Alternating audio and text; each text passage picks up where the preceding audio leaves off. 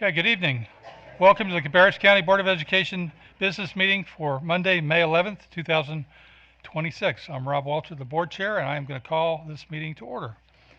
We will move to section 2, which is our opening ceremony. We don't have any schools performing, so if you would join me with the Pledge of Allegiance. To my right, I pledge allegiance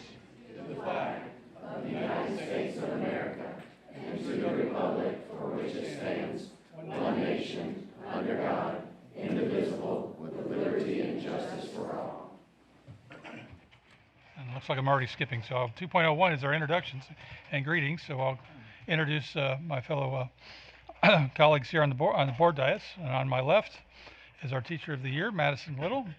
Is this your last meeting or second? Second to last meeting. We will miss you. Also next to her is Shannon Lancaster, board member. Catherine Moore, board member. Sam Treadaway, board member. Our superintendent is back this week, Dr. John Kopicki. And then to my right is our board vice chair, Greg Mills, board member Pam Escobar, and board member Melanie Freeman. So that is our introductions for today, and we'll move on to the setting of the agenda. And board members, I need a motion and a second to adopt the agenda that's been presented on the Diligent website. Yes, Ms. Freeman. Mr. Chair, I would like to amend the agenda for discussion and a response to the many people that we have here in public comment, which would come at the end of public comments. So your request is to add an item at the end of public comment? Yes, sir. To discuss. Okay, we would need a second for that.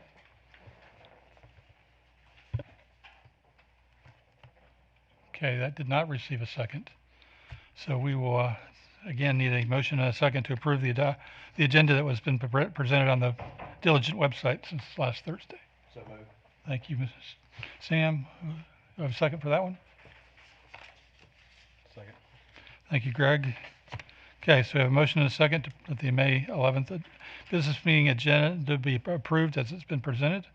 All in favor say aye. Aye. Anybody opposed? Okay, that passes 6-1 with Ms. Freeman opposing. So we're going to move into the recognition section, our favorite section of the agenda, and we'll start with 4.01, which is going to be the Impact Through Education Awards, and we're going to welcome Mr. Phil Furr to the podium. Welcome. Mr. Chair, members of the board, Dr. Kopicki, good evening. Tonight we will present Impact Through Education Awards to students and staff at W.R. Odell Primary School and Concord High School. Our sponsors for the Impact Awards are our friends at Equitable. At this time, I'd like to invite our Equitable representative, Phoebe Son-O, to join me at the front of the room. Before we get started with the awards, I'd like to offer our sincere thanks and gratitude to Equitable for its continued sponsorship of the Impact Through Education Awards. Tonight, Equitable concludes their 16th year partnering with us to honor those making an impact in our schools with this award. We appreciate their support and thank them for helping us celebrate and recognize deserving students and staff. We also want to say a word of thanks to Concord Trophy Center for providing us with the award plaques each month. Now on to tonight's awards. May I have the W.R. Odell Primary Administrative Team come forward, please.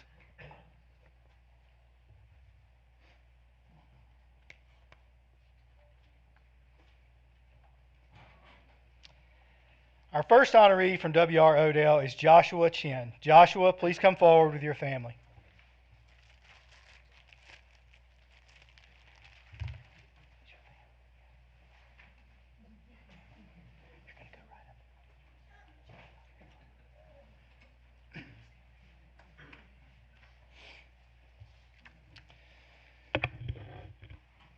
Joshua is an exceptional second grade student who exemplifies leadership, kindness, and integrity in all that he does. He is a positive role model not only within his classroom but throughout the entire school community. Joshua consistently demonstrates strong character by fostering an inclusive environment. He makes sure that no one is ever left out when working in partner groups and thoughtfully encourages his peers during collaborative activities by inviting others to share first. His actions reflect a deep sense of empathy and respect for those around him. He also goes above and beyond to support his classmates, often sharing his materials to ensure that everyone has what they need to be successful. Joshua understands the importance of helping others and takes pride in contributing to a supportive learning environment. Academically, Joshua is a high-achieving student who approaches learning with enthusiasm and curiosity. Despite his strengths, he remains humble and considerate, often allowing his peers the opportunity to respond before sharing his own thinking. Joshua truly embodies the spirit of the Impact Through Education Award through his character, leadership, and commitment to others. Congratulations, Joshua. You're an Impact Through Education Award winner for W.R. Odell Primary School.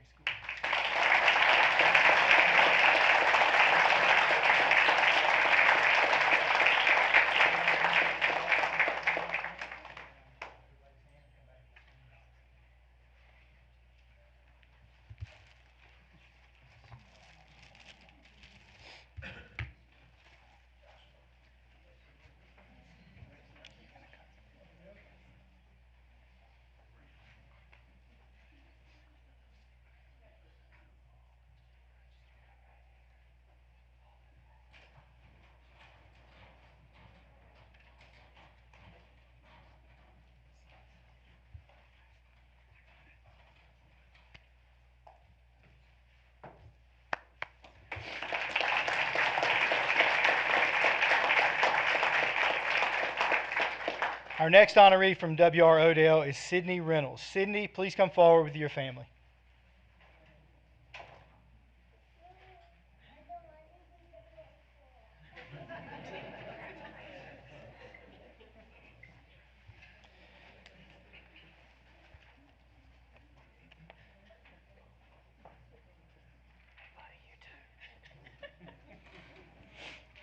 Sydney is a second grade student at Odell Primary who takes great pride in being an Odell Dragon. She consistently demonstrates kindness, respect, and care for others, making her a positive influence in the classroom and throughout the school. Sydney is a thoughtful student who considers others' feelings and works to make good choices each day.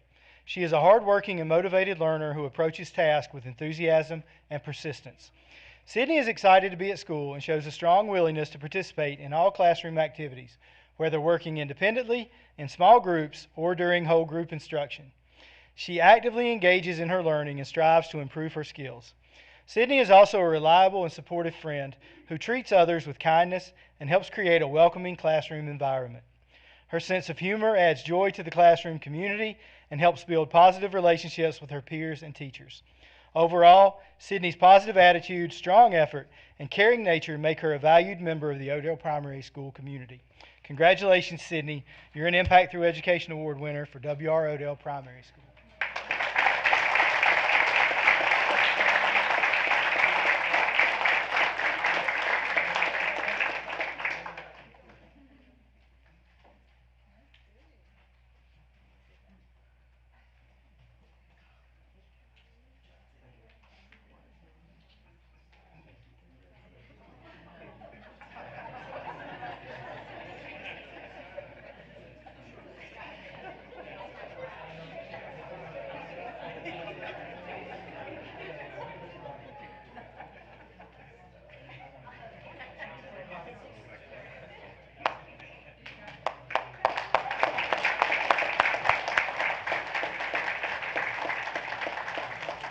Also from W.R. Odell is support staff member Sharon James. Ms. James, please come forward with your family.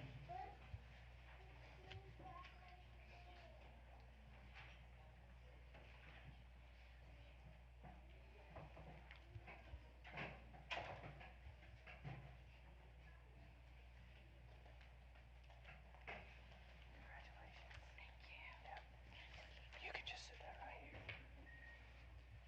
I'll keep my eyes on it.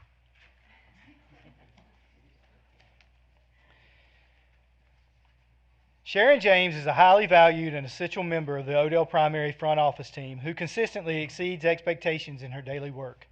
She takes initiative on projects without needing direction, contributes thoughtful ideas to improve office efficiency, and helps strengthen overall communication and workflow among staff. Each morning, she shares a positive and uplifting message with staff that sets a welcoming tone for the day and is genuinely appreciated by the entire Odell Primary School community.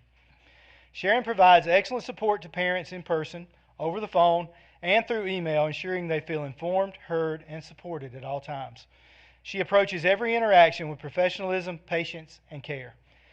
When she does not have an immediate answer, she follows up promptly to locate accurate information and ensures families receive clear and helpful responses. In addition, Sharon helps maintain an organized and responsive front office environment by staying proactive, anticipating needs, and assisting wherever she is needed. The front office runs more effectively because of her dedication, and the school community benefits daily from her consistent support, professionalism, and care. Congratulations, Sharon. You're an Impact Through Education Award winner at W.R. Odell Primary School.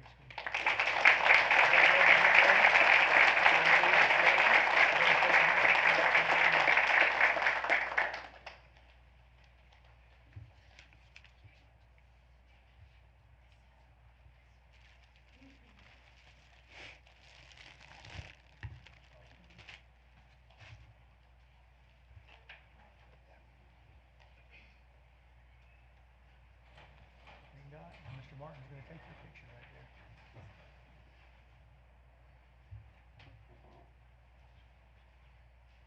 It's up. Oh. Definitely don't want to be in that. I would have ruined that picture. Thanks.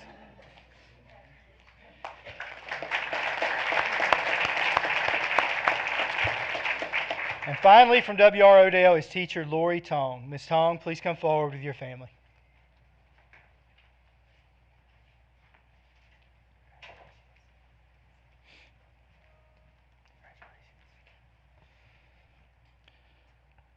Lori is a highly decorated instructional leader who invests countless hours working alongside teachers and students to support the success of every learner at Odell Primary. She is consistently available and approachable, never too busy to answer questions, provide support, or engage in meaningful discussions about curriculum and instruction. Lori actively seeks out resources and ideas beyond the school to strengthen teaching and learning, always looking for ways to improve outcomes for her students. Her knowledge of curriculum, instruction, and best practices is both broad and deep, and she applies that expertise thoughtfully to support staff and students.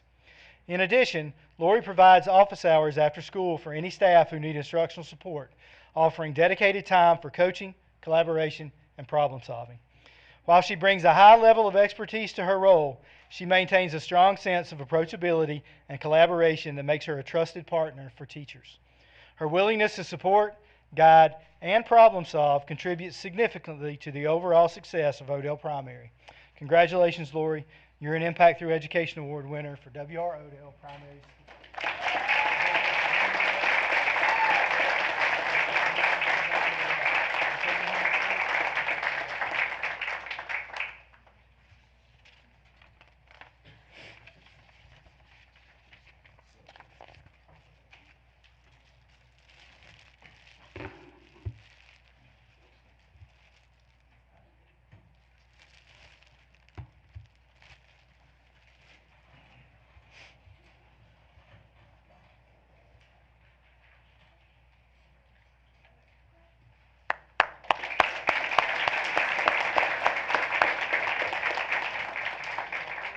We will now continue with our May Impact Through Education Awards by welcoming Concord High School.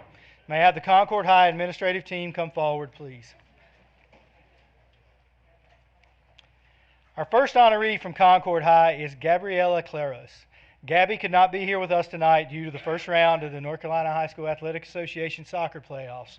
However, here's what her administrative team had to say about her. Tonight, we're proud to recognize Gabby for the outstanding leadership and positive example she brings to Concord High School each and every day. Gabby can be found throughout the school, making Concord High a better place for everyone around her. She is a dedicated leader on multiple athletic teams and within the IB program, balancing excellence in academics, athletics, and service to others. She takes a special interest in making sure others feel welcomed, supported, and encouraged, helping create the positive and constructive environment that makes Concord High so special. Her leadership, character, and willingness to serve others make her an outstanding representative of the Spider family. Our next honoree from Concord is Dulce Velasquez. Dulce, please come forward with your family.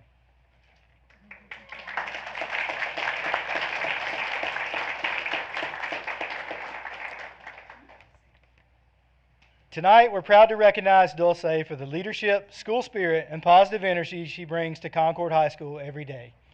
Dulce is a prominent member of the school's Public Safety Academy, where she has demonstrated dedication, responsibility, and a commitment to serving others. She is also a critical part of student leadership, helping create activities and opportunities that make school engaging, welcoming, and fun for everyone around her. What makes Dulce stand out most is her ability to bring people together and make others feel connected to the school community. Whether in the classroom, through leadership activities, or across campus, she leads with positivity and pride. Congratulations, Dulce. You're an Impact Through Education Award winner for Concord High School.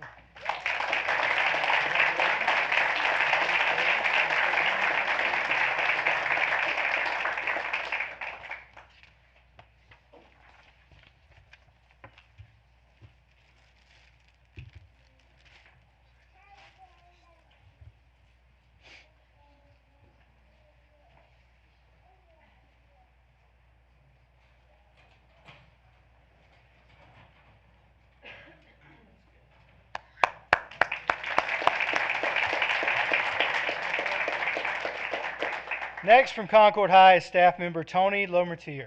Tony also could not be with us tonight, but I want to read what the staff had to say about Mr. Lomertier. Tonight, we're proud to recognize Tony for the tremendous impact he makes each day at Concord High School. Tony is known throughout the school as one of the hardest working people on campus. He leads not through words, but through his example, consistently showing kindness, dedication, and willingness to help wherever needed. His positive attitude and strong work ethic help create a safe, welcoming, and supportive environment for everyone who walks through the doors at Concord High.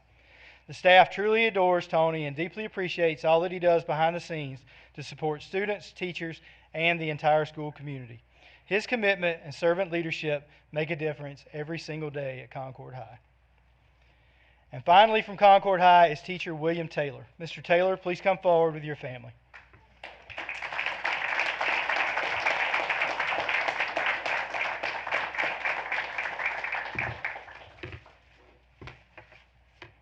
Tonight, we're proud to recognize William Taylor, theater teacher at Concord High School, for the positive impact he has already made on students and staff. Although he is a beginning teacher, Mr. Taylor has revitalized the Concord High Theater program and created an environment where students feel safe, supported, and encouraged to be creative. Throughout theater, he is helping students build confidence, teamwork, communication skills, and a sense of belonging. His passion, energy, and dedication extend far beyond the school day, and his positive influence can be seen throughout the school community. In a short amount of time, Mr. Taylor has already demonstrated the kind of leadership and care that leaves a lasting impression on students. Congratulations, William, on being an Impact Through Education Award winner for Concord High School.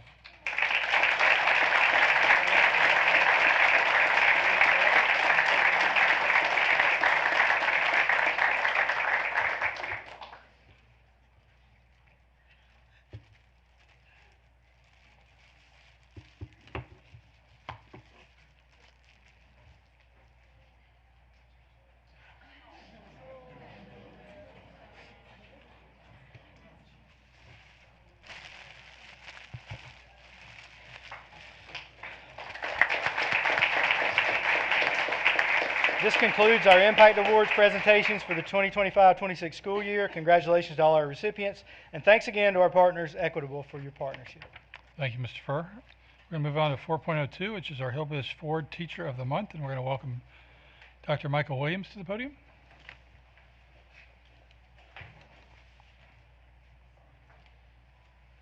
Good evening. Good evening, Mr. Chair, board members, Dr. Kopicki, and to our viewing audiences, both here and those watching the live stream. It is my pleasure to recognize our Hillbush Ford Teacher of the Month for May. We would like to offer our sincere thanks and gratitude to Mr. Tim Vaughn and Mr. Josh Forrester and their team at Hillbush Ford for their tremendous generosity and continued sponsorship of this wonderful recognition program. Our Hillbush Ford Teacher of the Month for May is Destiny Hunter, a music teacher at Weinkauf Elementary School. At this time, I'd like to invite Ms. Hunter, her family, and any members of the Weinkauf administrative team in attendance to join us up front.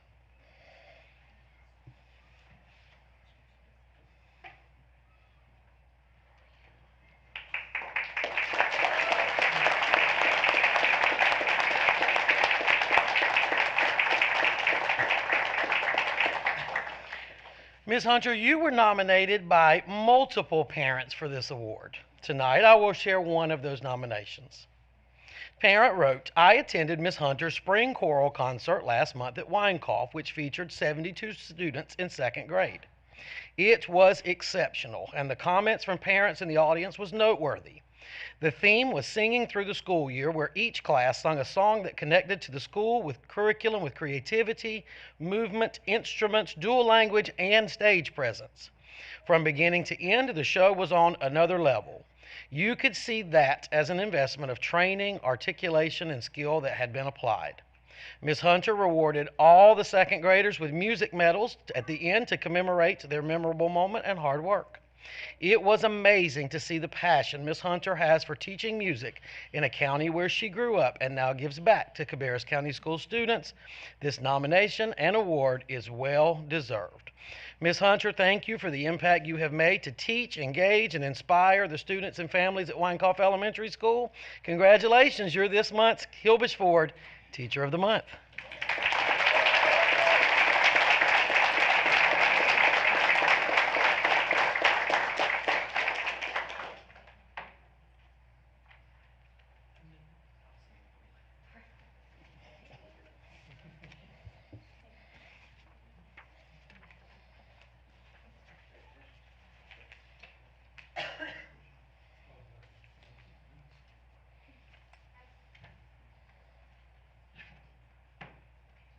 You get one more picture.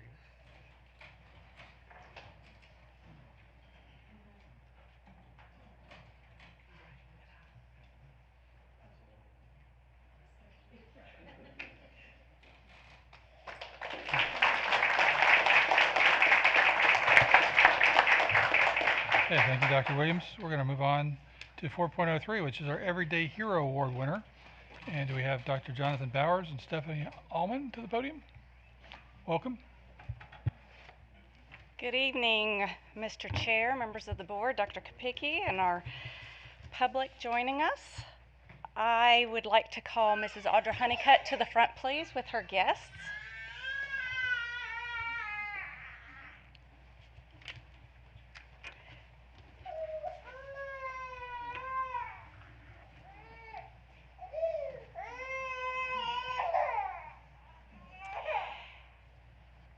The Everyday Hero Award is presented to an exceptional employee within auxiliary services, which includes our Kids Plus, facilities maintenance, construction, school nutrition, and transportation departments.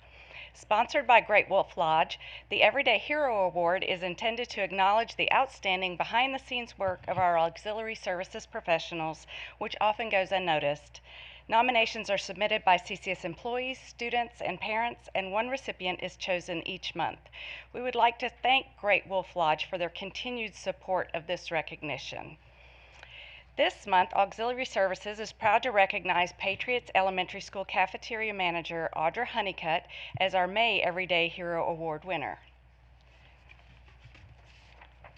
Audra Honeycutt is being recognized tonight for her outstanding leadership, resilience, and genuine care for both her team and the school community. During her time at Patriots, she has consistently worked to maintain open lines of communication with school staff, administration, and her own team, even while navigating significant challenges. Rather than allowing obstacles to deter her, Audra approaches each situation with dignity, integrity, and positivity, continuing to show up for her staff and students every day. Her commitment to relationship building proves meaningful and lasting. When her department is severely short-staffed, administrators and faculty step in to support students just because Audra asks, reflecting the trust and respect that she earns. Audra's leadership extends beyond daily operations to moments that truly define her impact. When an employee passed away, Audra rallied staff members across the school community to reach out with support and assistance.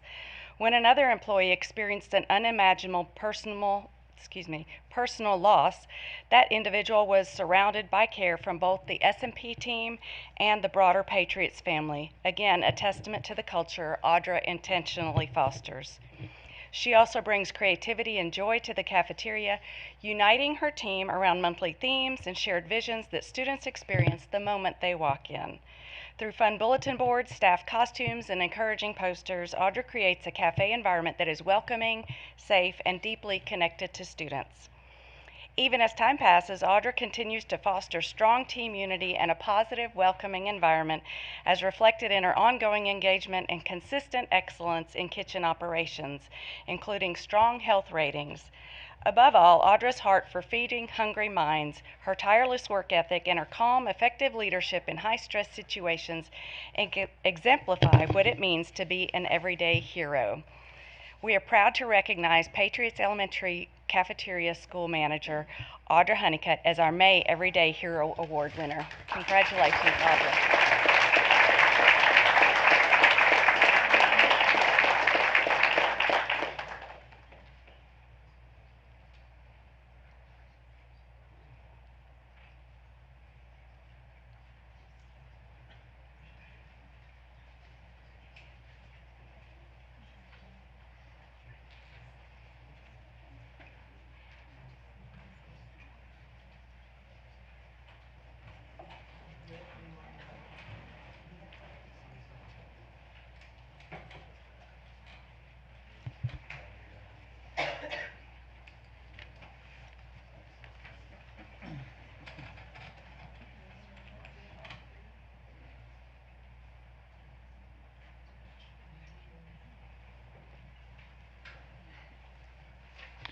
Okay, as they finish up the pictures, we're going to move on to 4.04, which are School Counselor of the Year.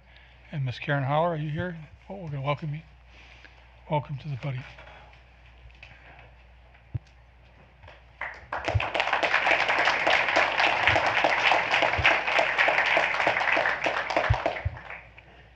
Good evening, Mr. Chair, members of the board, and Dr. Kapicki. I am honored to be here tonight to introduce our Cabarrus County Schools School Counselor of the Year, Lainey Wagner from Concord High School. At this time, I would like to ask Lainey to come forward with her family and guests, as well as any administrators here tonight from Concord High.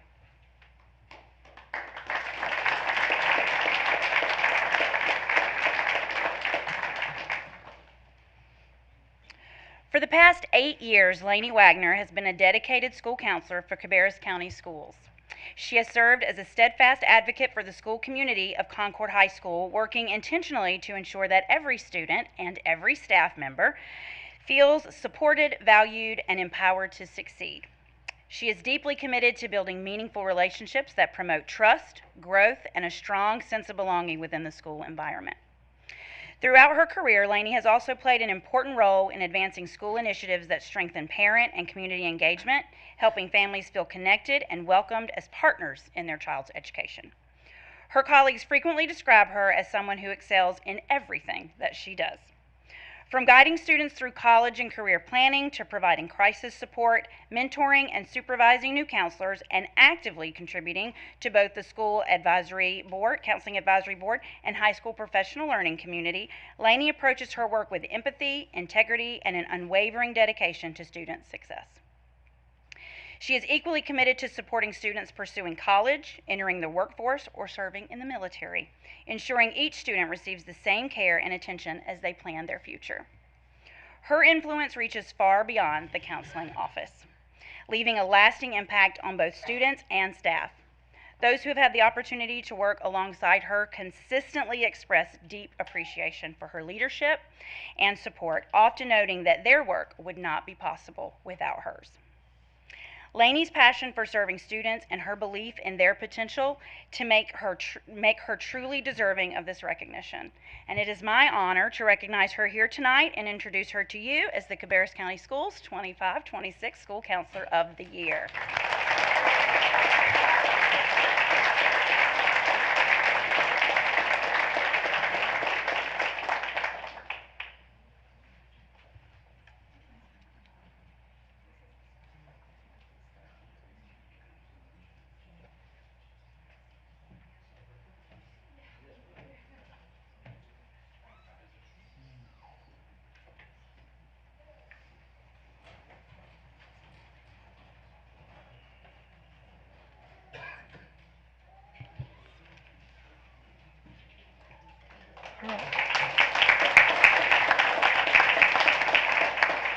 Our next recognition is 4.05, the Multilingual Teacher of the Year recognition, and we have Dr. Katie Wagner to present that recognition.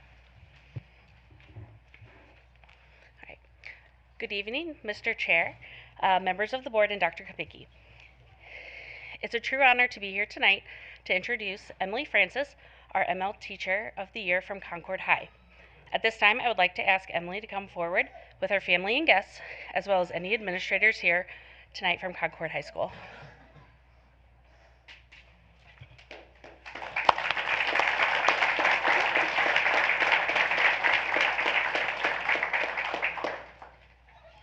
You could have just stayed up here.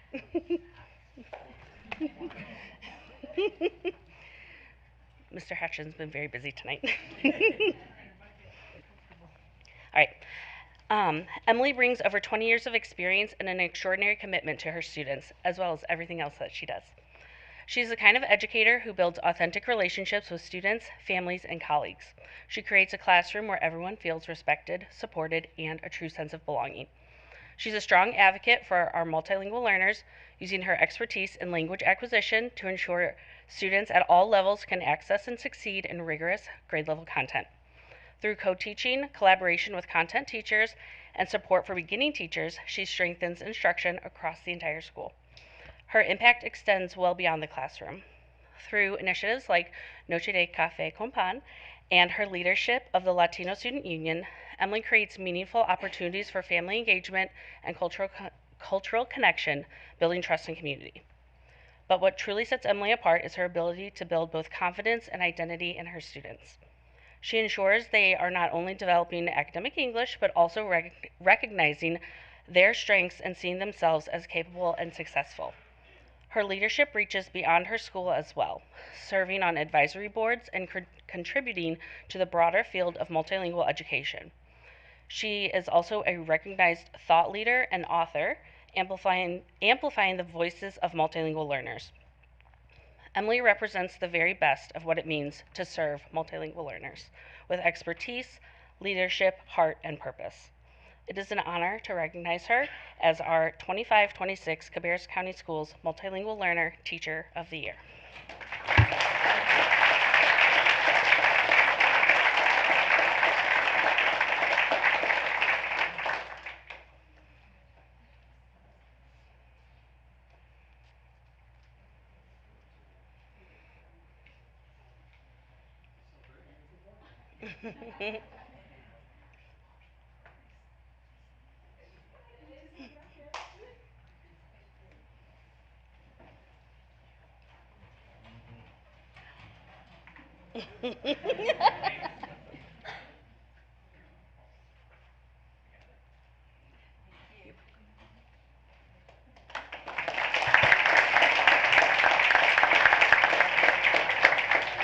Emily was a former Teacher of the Year and sat up here on the board for about a year. She's a real rock star. So we'll move on to 4.06, which is our VEX recognition. And we've got Rebecca Welsh on the podium. Excited to learn about what's our teams.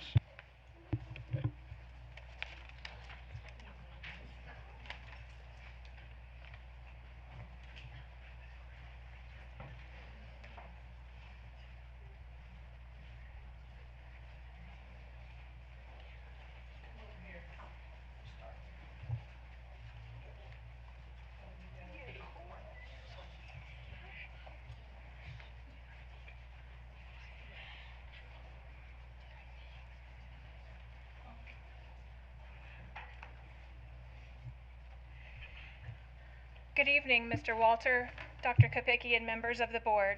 We are here tonight to recognize 7 CCS teams who competed on the VEX World stage last month. But I would be remiss if I did not recognize the incredible work of Jennifer Callaghan, our VEX Robotics champion. And she has continued the growth of our very own VEX Robotics program under her leadership. Since 2023, Ms. Callaghan has grown our district's program from 73 teams to 103, providing expanded opportunities for students across Cabarrus County schools to engage in STEM learning, teamwork, problem solving, and innovation. This year alone, 504 of our own students participated in VEX Robotics teams throughout the district. In addition to serving as the STEM coach at Central Cabarrus High School and as our district STEM lead, Ms. Callaghan tirelessly works with students, supporting them and coaches and schools while continuing to strengthen and expand our program.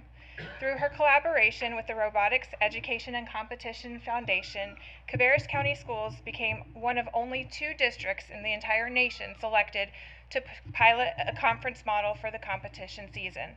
This innovative approach created a more level playing field for our students and schools and has already produced remarkable results.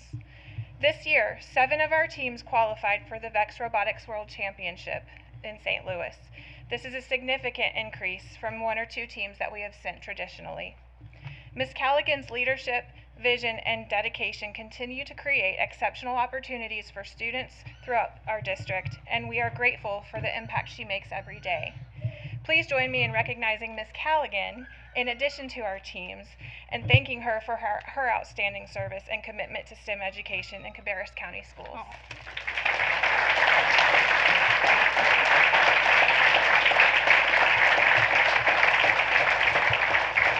Now the show is hers.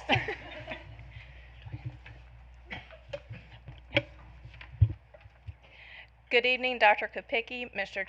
Chairman, and members of the board. It is my absolute honor and privilege to stand before you tonight to celebrate something truly exceptional happening here in Cabarrus County Schools and the VEX Robotics program by recognizing a group of students, parents, and their coaches from 3 different schools: the Cabarrus Early College of Technology, Harold E. Winkler Middle School, and Weinkauf Elementary School, which is before you now. These students and coaches have gone above and beyond, not only in the classroom, but in the world of innovation, engineering, and teamwork. The Cabarrus County VEX Robotics program has not had this many teams qualify for the World Championship since 2022. This is no small achievement.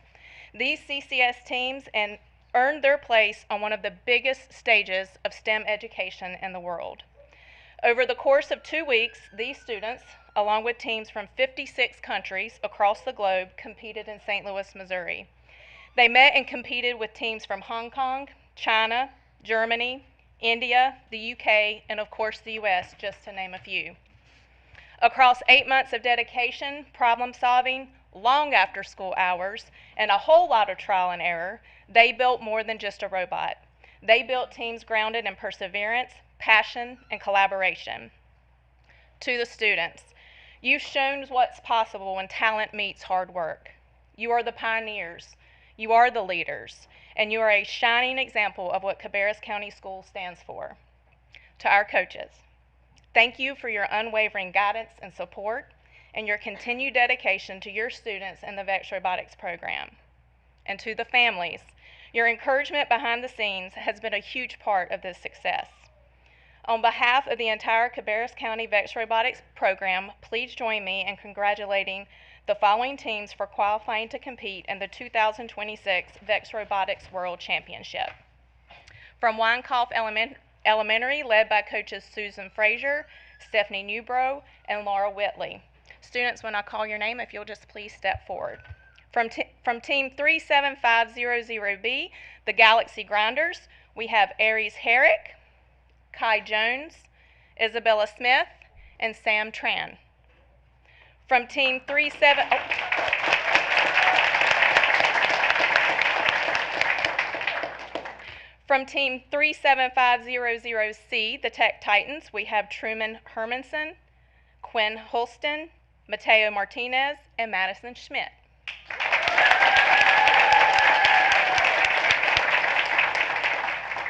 From Team 37500E, the Taconators, we have King Geiger, Elias Howley, Keona Price, Uriah Price, and Dakota Ship.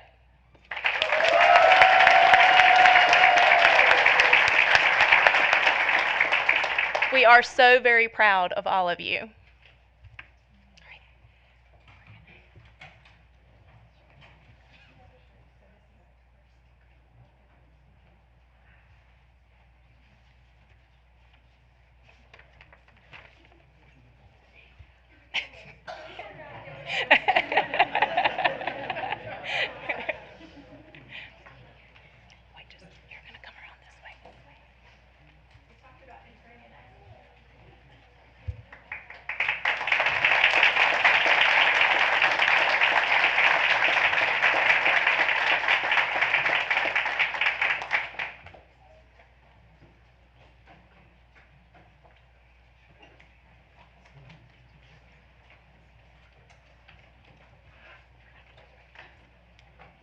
All right, from Harold E. Winkler Middle School, led by coaches Bo and Tanya Greer, we have Team 41400M, Managed Mayhem.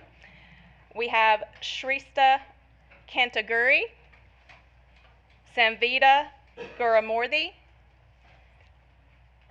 Idea Agarwal. You guys can step forward.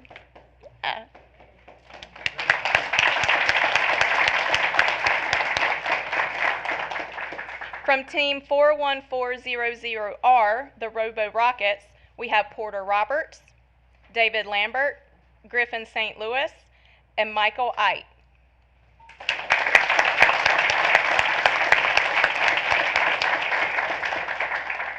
From Team 41400C, Quad Corps, we have James Paul, Arif Agarwal, Jareth Garcia, Kaushik Mehdi, and Shrihan Tori.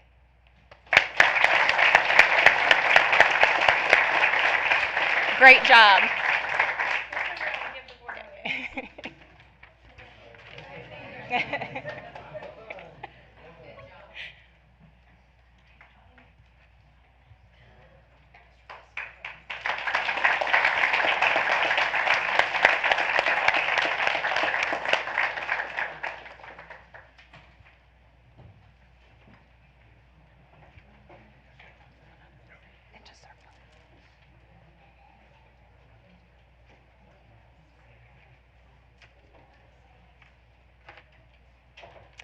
From the Cabarrus Early College of Technology, led by Coach Elizabeth Thompson, we have Team 59735X, the Cobra Bionics. First, and when I call your name, just step forward. We have Shub Saravastava, Jackson Bassett, Camden Coit, Kevin Grijalva, and Vishnavi Deeman. Very good.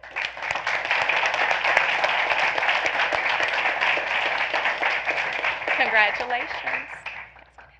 Thank you guys so much.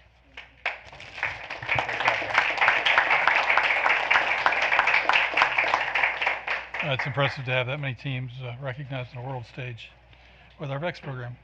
We're going to move on to 4.07, which is the full ride scholarships and military academy recognitions. And we have Miss Betsy Naval going to join us at the podium.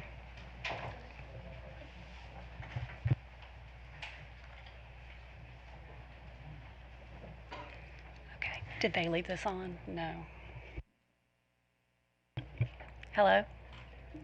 Okay. Good evening, board members, Chairman Walter and Dr. Kapicki. I'm Betsy Naval High School Counseling Coordinator, and tonight we're excited to honor the seniors who we have been made aware of who have been offered full ride scholarships to colleges and universities across our state and nation. As you can imagine, this is a remarkable accomplishment and a testament of years of hard work, perseverance, leadership, and commitment to excellence. A full ride encompasses full tuition, room, board, fees, and usually book costs. These scholarships represent more than financial support. They're recognitions of academic achievement, character, service, and the bright futures these students have in front of them. On behalf of Cabarrus County Schools, we congratulate these seniors and thank the families, teachers, counselors, administrators, and mentors who have supported them along the way.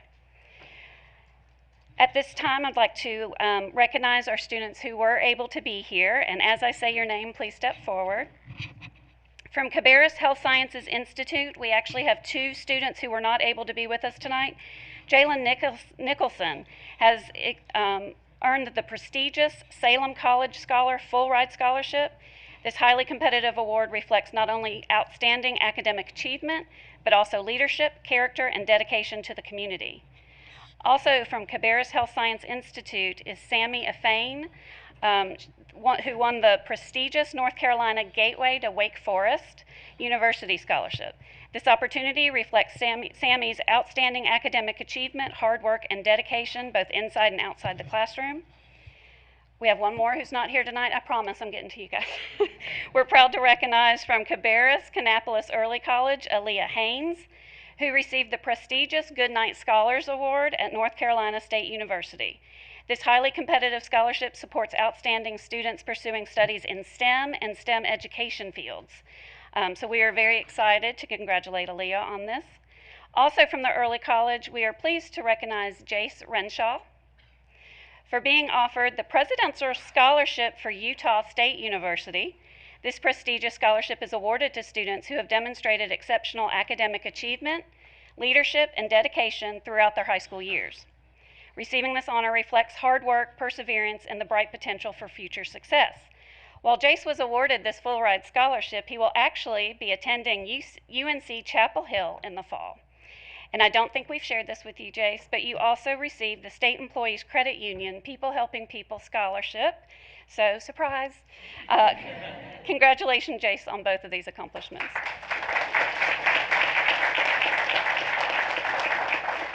Also from early college, we are excited to recognize Yossi Fikadu for being awarded the Questbridge Scholarship to attend Boston College.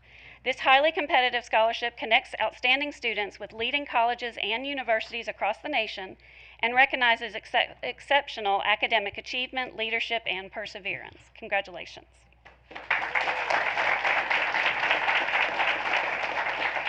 From Central Cabarrus High School, we're proud to recognize Chris Akana for being selected the NYU Stern Breakthrough Scholars Leadership Program at New York University School of Business. This distinguished program provides scholars 4 years of mentorship, leadership development, individualized support, and is designed to help students excel academically and as leaders within the university community. We are very excited for you. From Cox Mill High School, we're excited to recognize Avi Dushmat for earning the prestigious Park Scholarship at North Carolina State University. This highly competitive 4-year scholarship is awarded to students who demonstrate outstanding scholarship, leadership, service, and character, and it provides funding for tuition fees, room, board, and enrichment opportunities. Being selected as a Park Scholar places Avi among an exceptional group of student leaders and innovators across the state. Congratulations. Also from Cox Mill, we're excited to recognize Cameron Thomas for being awarded the Cheatham White Scholarship at North Carolina Agricultural and Technical State University. This award is highly competitive, and it's awarded to students who demonstrate exceptional academic achievement, leadership, character, and civic engagement. It covers all the other things that the others do, but also enrichment opportunities and leadership development. Congratulations. Also from Cox Mill, Ishan Karat has been awarded a Reserve Officer Training Corps Scholarship to attend Georgetown. This scholarship recognizes students who demonstrate exceptional leadership, academic achievement, discipline, and commitment to service, and it provides significant support for college tuition and educational expenses. While this is an incredible honor, Ishan has chosen to continue his academic journey at Harvard instead.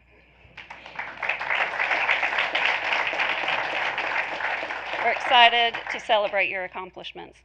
From Hickory Ridge High School, we're excited to see that Isaac Tate, who is not here tonight, has been awarded the Carolina Dramatic Arts Scholarship, which is a highly selective, renewable 4-year award from the University of North Carolina at Chapel Hill that recognizes exceptional talent and achievement in the dramatic arts. Also from Hickory Ridge, we are proud to announce that Flannery Hunt has been recognized as a recipient of the Lees McRae College Tuition Exchange Scholarship, and competitive merit-based program that provides tuition support through a national network of participating institutions. This recognition reflects Flannery's accomplishments and continued promise as you begin your next chapter. Congratulations. From J.M. Robinson High School, we're excited to announce that another exceptional student, Journey Powell, has earned the prestigious Cheatham White Scholarship to attend NC State University. This prestigious full-ride scholarship recognizes students from their exceptional academic achievement, leadership, character, and commitment to service. And Cameron from Cox Mill, meet Journey, another future Aggie and fellow Cheatham White Scholar. So congratulations.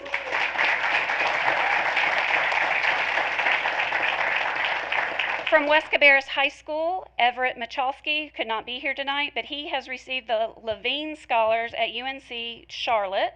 And the Levine Scholar Program is one of the university's most prestigious awards reserved for students who demonstrate extraordinary academic excellence, leadership, and a strong commitment to service. We're very excited for all of you. Congratulations again to all of tonight's students. Your achievements are impressive, your futures are bright, and we are proud to celebrate you this evening.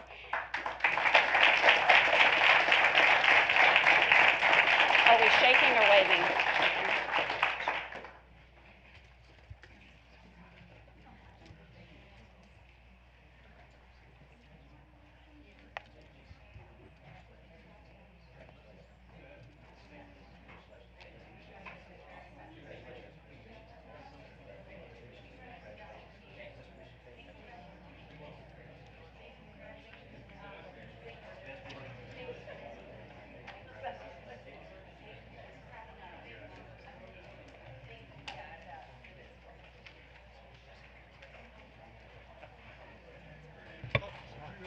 Okay, well, those were pretty amazing accomplishments, amazing students. So we're going to move on to 4.08, which is the performing arts state level recognitions, and we have Mr.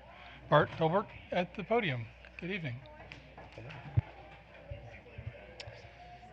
The Harris Road Middle School band students were awarded a number of honors this year.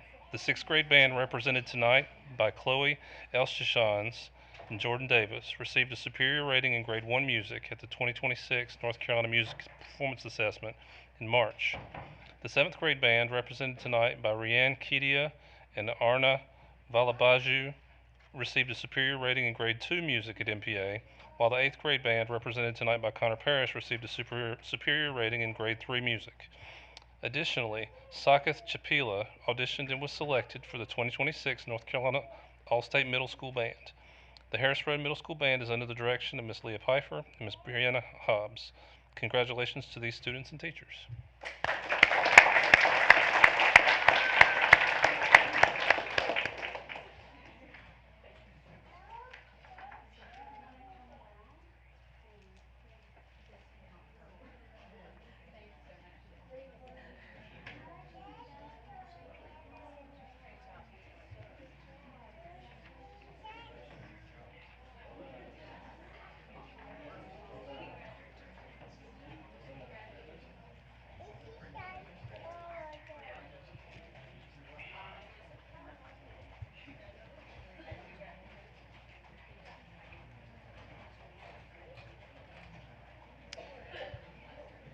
Both the Harris Road Middle School 6th grade chorus and the 7th and 8th grade combined chorus, represented tonight by Annabelle Vardian, Ellison Brooks, Trinity Valeru, Arlene Janesh, and Dawson Nickens, received superior ratings at the 2026 North Carolina Music Performance Assessment in March.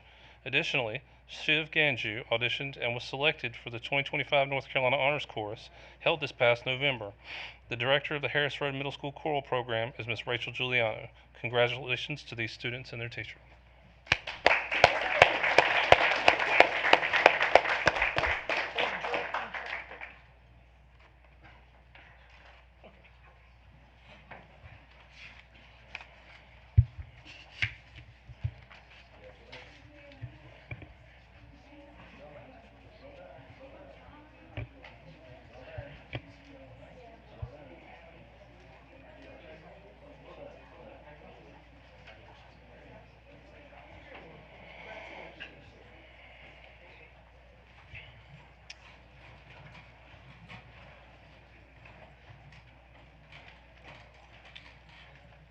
Nolan Wingfield from Concord High School auditioned and was selected for both the 2026 North Carolina All-State Orchestra and the North Carolina All-State Band.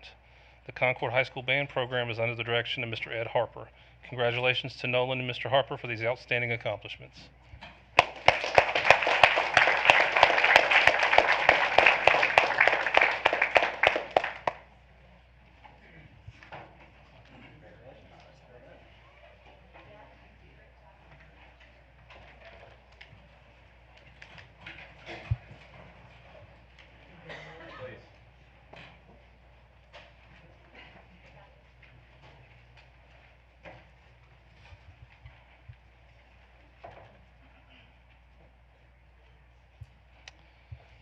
The Cox Mill High School Wind Ensemble, represented tonight by Jordan Scott and William Bankins, received a superior rating in grade 6 music at the North Carolina Music Performance Assessment in March, while the Cox Mill High School Concert Band, represented tonight by Gianna Buenavides and Sofia Chaparro, received a superior rating in grade 5 music. The Cox Mill Band program is under the direction of Mr. Drew Carter. Congratulations to these students and their teacher.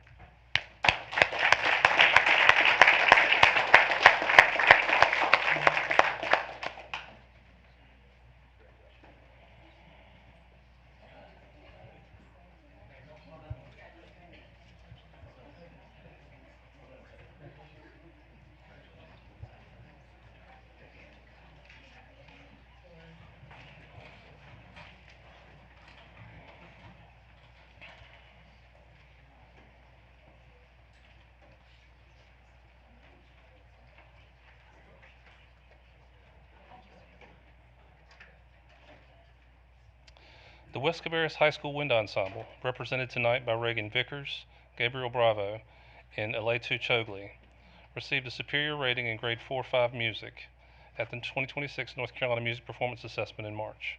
Additionally, Gabriel Bravo auditioned and was selected for the Honors Performance Series at Carnegie Hall. This program selects top performing high school students from around the world, offering them the opportunity to rehearse and perform under renowned conductors on one of the world's most iconic stages. The director of the West Cabarrus Band program is Miss Emily McNeil. Congratulations to these students and their teacher.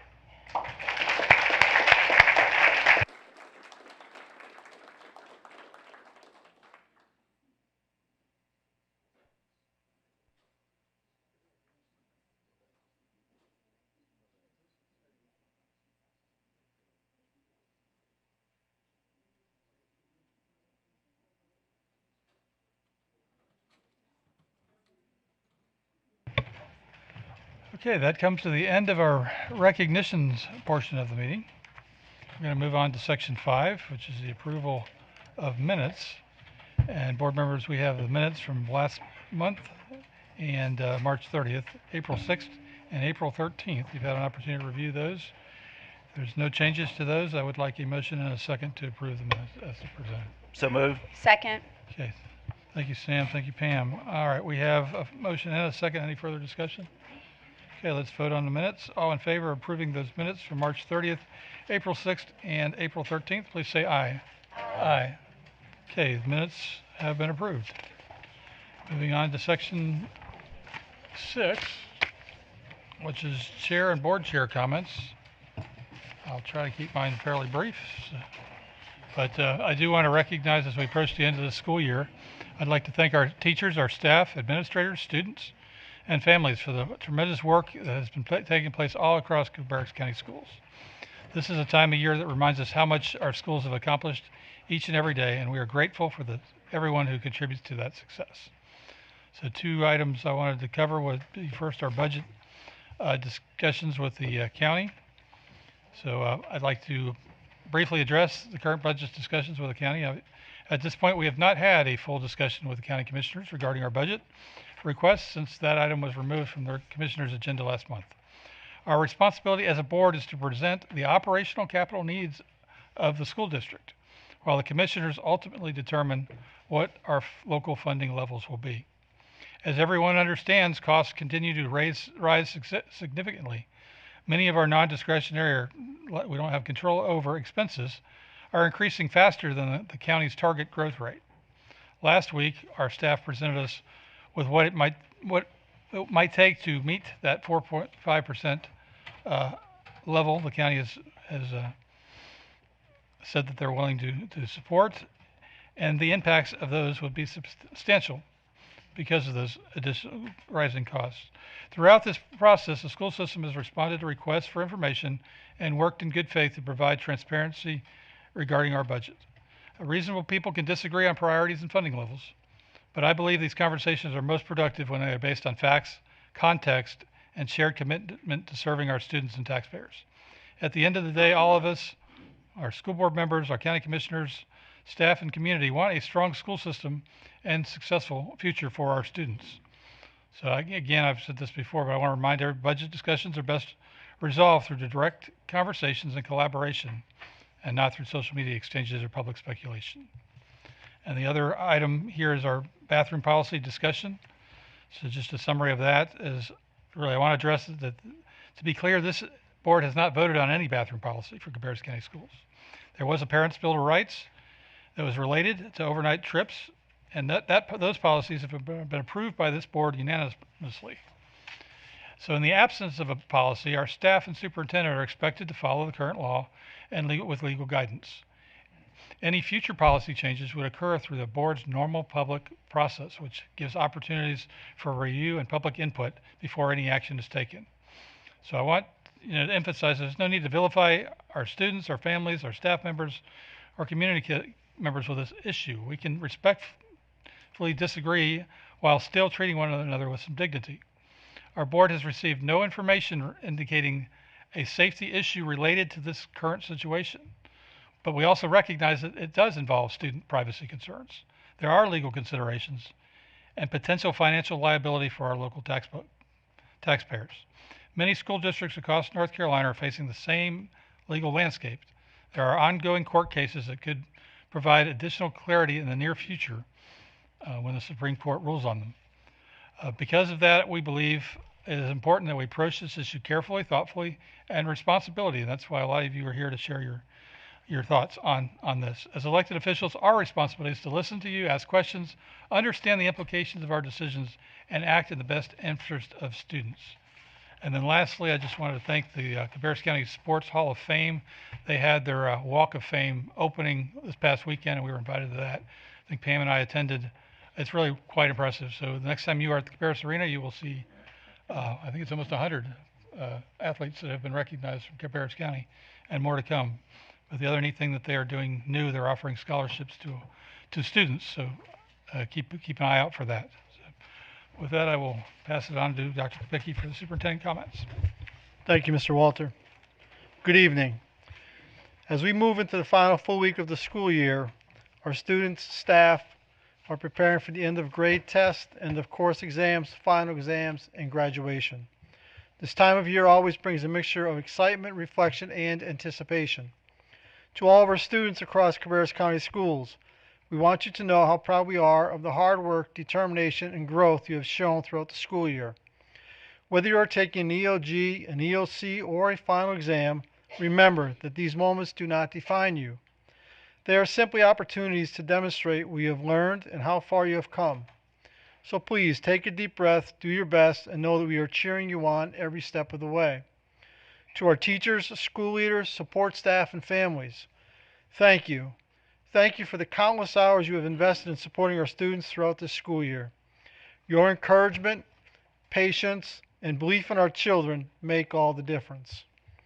And to the class of 2026 and your families, congratulations. You are almost at the finish line. The caps and gowns are ready. District and school staff are making final preparations. The celebrations are beginning, and soon you will walk across the stage carrying not only a diploma, but years of memories, friendships, challenges, and accomplishments. We cannot wait to celebrate each of you in the days ahead. So as we approach the culmination of the school year, Cabarrus County Schools looks forward to celebrating an important milestone for several of our students throughout this week's early college graduation ceremonies. On Saturday, May 16th, we will honor the graduates of the Early College of Technology, Cabarrus Kannapolis Early College, and the inaugural graduating class of Cabarrus Health Science Institute. These ceremonies not only recognize academic achievement, but also reflect the innovation, partnerships, and future-focused opportunities that continue to define our school district. The success of these graduates is mirrored in the broader accomplishments of our students and staff across Cabarrus County Schools. Our district continues to excel locally, statewide, and nationally, as reflected in several recent accomplishments and recognitions this evening and achievements. Multiple CCS students were selected recently for the prestigious North Carolina Teaching Fellows Program, continuing a tradition of students pursuing leadership in education and service to others. In addition, CCS educators recently earned statewide recognition through the Keenan Fellows Program and the North Carolina Department of Natural and Cultural Resources Teacher Ambassador Program. Honors that reflect the expertise, innovation, and leadership present throughout our schools. Together, these achievements demonstrate the strength of our instructional programs and the lasting impact of the educators, staff, and community partnerships that support our students every day. As we celebrate these milestones, we're reminded that our work continues to empower students to build their future and prepare them to make meaningful contributions far beyond graduation. Thank you, Mr. Walter. Thank you, Dr. Kapicki. All right, we're going to move on to section 7, which is our guest speakers section. And I was see if I can read this this time, so it's on the record. These are our rules for the public comment time. Each speaker will be allowed up to 3 minutes to speak, and an individual speaking as a group may be allowed up to 5 minutes at the discretion of the board chair to express interests and concerns related to official business of the board and the school district. The speakers will be called in the order in which we received the request. A person may not be substituted for a speaker, nor may one speaker donate time to another speaker. If the speaker runs out of time, then the speaker may leave the additional information with the board clerk. When the allocated time has expired, there will be a beeping and the microphone will be turned off.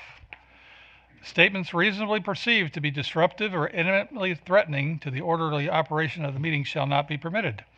Any limitation to public comment shall be viewed to point neutral. I have the authority to rule a speaker out of order. If the speaker or attendee willfully interrupts, disturbs, or disrupts the meeting, that speaker or attendee will be asked by me, to leave the meeting. If the speaker or attendee refuses to leave the meeting after being asked, then the speaker or attendee will be escorted out of the meeting and they may be prosecuted under this General Statute 143-318-17. And then this is important. Board members will not respond to individuals who address the board except to request clarifications of points made by the presenter. So I guess now that we all understand what the rules are here for our public comment, and I do want to thank everybody for coming out. There are over 25 of you, and so this may take a little while, but we'll go through. We're going to start with who signed up first, which would be Maria Guild. Are you here? Is everybody in the room? She's not here. Okay. We're going to move on to number 2. Kate McMillan, are you here?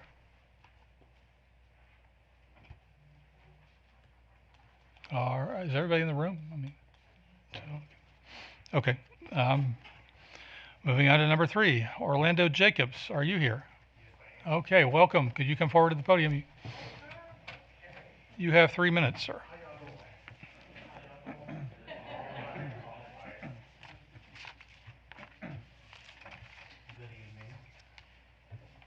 Good evening. Good evening, members of, oh hell, we're not reading this. How y'all doing? My name is Orlando Jacobs. I live in Cabarrus County, and I came here to address you, as a lot of us have, in regards to some things that's going on in school bathrooms. Before I begin, I do want to first off say to everyone here, this is a beautiful community of people who have concerns for their daughters, but at the same time who have concerns for their children. I am a 40-year-old adult male, 40-year-old black gay adult male who lives in Cabarrus County, who understands what it feels like not to be represented, and who understands what it means and what it feels like to live a life of fear. And everything that I have heard thus far, because this board did not have a statement or gave appropriate direction to how this particular situation was to be handled, this is what we have. People fighting with each other, people putting children against each other, and that is not a cool feeling.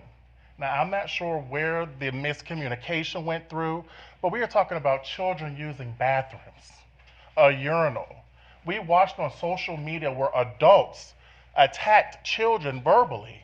We talked about one kid being ES, another kid having Down syndrome, and we blamed all this on an individual who was supposed to be transgender. I ain't seen that transgender kid yet. But yet we seem to always go that direction when we have a disagreement, now don't we? When we don't like something, we call on people to make things political. Well, it is time for that to stop. We need to start having better conversations and have better directions for our kids. What if there is a kid in this group right now who may think they're transgender? That is between them and their parents, not the community. For the parents to decide. But when the school board is not given the appropriate directions, and forgive me, I had some wonderful relationships with teachers who have helped me to learn who I am as an individual through the power of books. I may not understand Cabarrus County, but they got great books on it. And if we don't understand, then we need to make sure we have the appropriate individuals in positions to teach our children. And one other thing, how much time I got? 45 seconds? I'm gonna use it. Justice. See, a lot of y'all thought I was just carrying a purse. That was theatrical, like some of the behaviors we have here. You got some beautiful children here. A lot of y'all could be Miss North Carolina, by the way. Okay? At the end of the day, what is it going to take for us to come together and solve this problem so no child feels like they are being bullied or pressured? Leave the politics at home. Oh, I got more time. Leave the politics at home. We may not agree, but what I did see in this community is a bunch of adults who cared about kids. Now, I do believe your sign should say all kids and not just girls. I am a father too, and I'm gonna protect my daughter as well. Okay, thank you. Thank you. Okay, speaker number 4 is Melody Quick, I'm sorry. Welcome.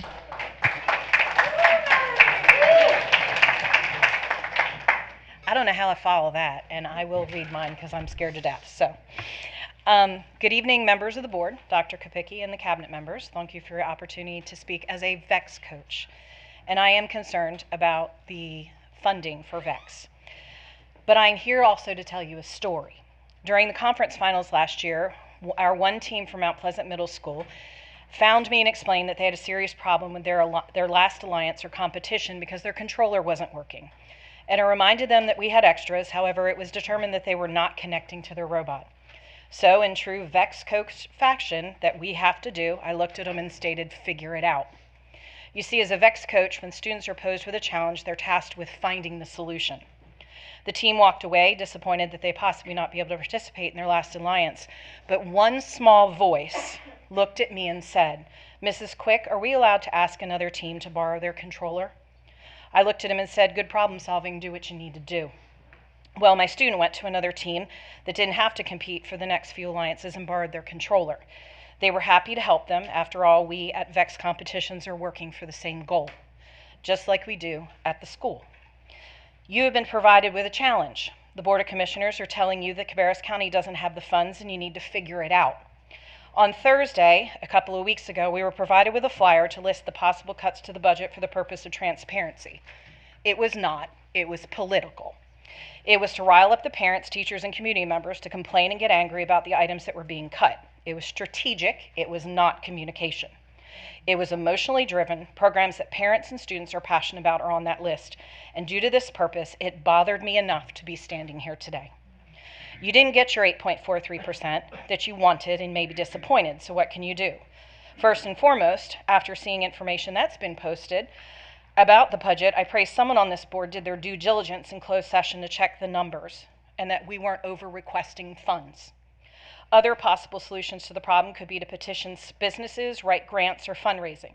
You build a flyer to get people upset at the county commissioners, but that won't get tangible results. It doesn't mean that they don't value education. They know they have a budget shortfall, and they're trying to let you know that there are not funds available, and you need to figure it out. You're looking at me, great story, but a controller is not $4.3 million. To him, it was. It was everything he had worked for all year. Learn a lesson from a child. Teachers do it every day. Personally, the Cabarrus County school system I worked for 18 years is better than that flyer. I believe that the community of Cabarrus County is better than the tensions and discord that's being created from both sides of the aisle. And to everyone in this room, prove me right. Make me truly proud to be a member of Cabarrus County Schools. My suggestion to the school board in true VEX coach fashion is we can't be complaining. We have to figure it out. Thank you. Thank you. Okay, speaker number 5 is Jen, is it pronounced Cavi?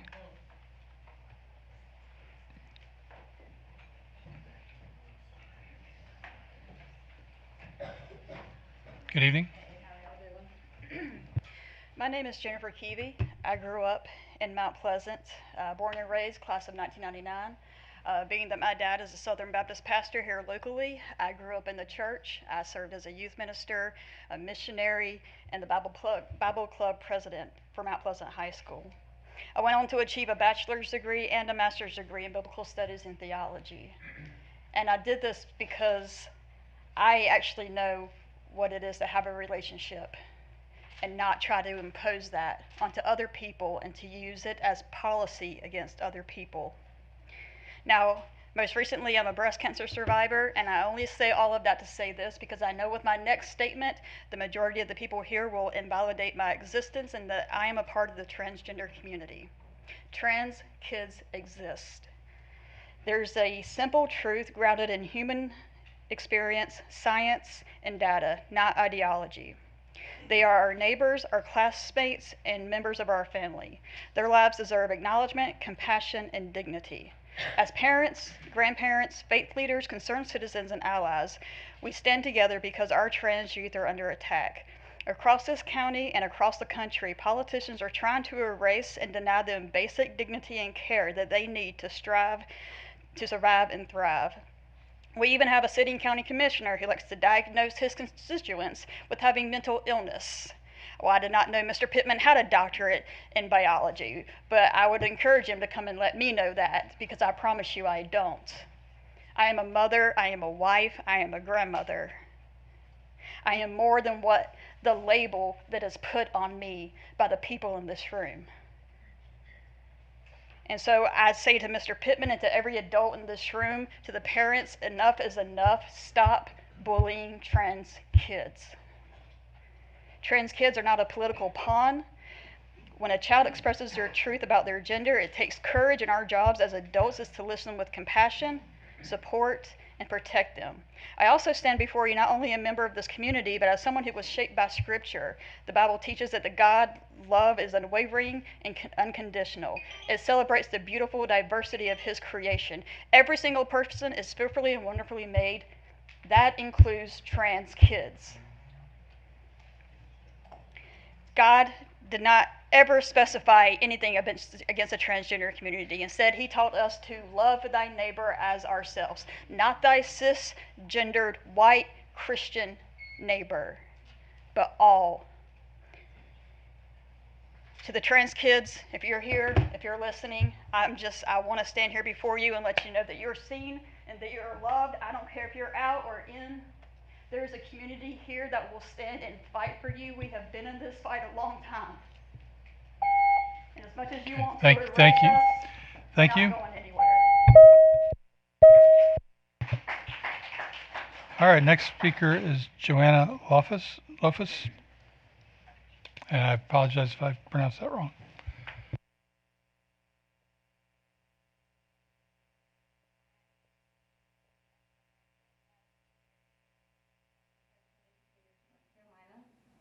Public teacher and a mom of 3.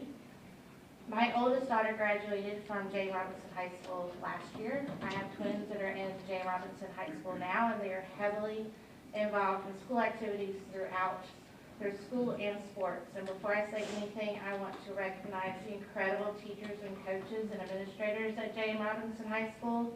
The staff there have worked so incredibly hard to support students academically, emotionally, and personally.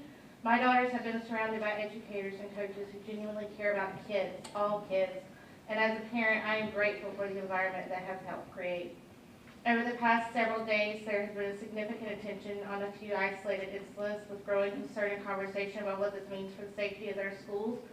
As a mother of 3 daughters, I can only speak to my personal experiences, and I can honestly say that none of them have come home worried about boys in bathrooms in their locker rooms. But they have talked about feeling unsafe during bomb threats, during lockdowns, active shooting drills, and fear that comes with violence in schools across the country. That's what students are talking about, and I think it's important that we are focused on the things students are dealing with. If we want to improve safety in our schools, we should be investing in stronger mental health supports for all students, support safety, prevent resources, doing more to prevent school violence, ensuring every school has a full-time nurse, a full-time social worker, and a full-time guidance counselor. At the same time, we cannot ignore other major issues facing Cabarrus County schools, and that's Cabarrus teachers. retaining Cabarrus teachers. Cabarrus County is losing highly qualified educators to surrounding districts because teachers cannot simply afford to stay in Cabarrus County. Right now, the starting pay for Cabarrus County teacher is $46,330 a year, and the estimated wage of living in North Carolina is $46,700. That means the beginning teacher is making about what it means to be for them to support themselves without raising children, paying student loans, or supporting a family. And that should concern all of us when we're talking about recruiting and training generation for educators. I know I'm personally one of them. I cannot afford to work in Cabarrus County because I have a family of 5, and so I work in a school district that pays me more outside of Cabarrus County. I have a daughter who is going to school right now who would be an educator who would love to work in Cabarrus County, and she is currently looking at working in other districts or other states. My plea for you is that you please continue to advocate for more teacher pay and more teacher funding from the state and local. I know you cannot do it from yourself, but please continue to advocate. As the president of the AFP-EMC, I welcome any conversations to see how we can work together in additional funding for schools. Thank you. Okay, my next speaker is Jamie Starwalt. Are you here? There you are.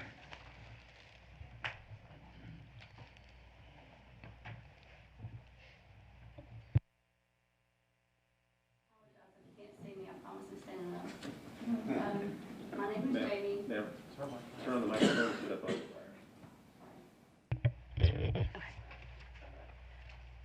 My name is Jamie. I'm a 46-year native of Cabarrus County. I grew up attending Cabarrus County schools, graduating almost 30 years ago. I went on to work in Cabarrus County schools for almost 20 years.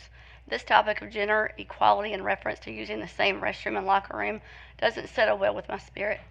You may have noticed that I walk with a limp and wear a brace on my leg. My physical difference is growing up, how I wanted to be treated.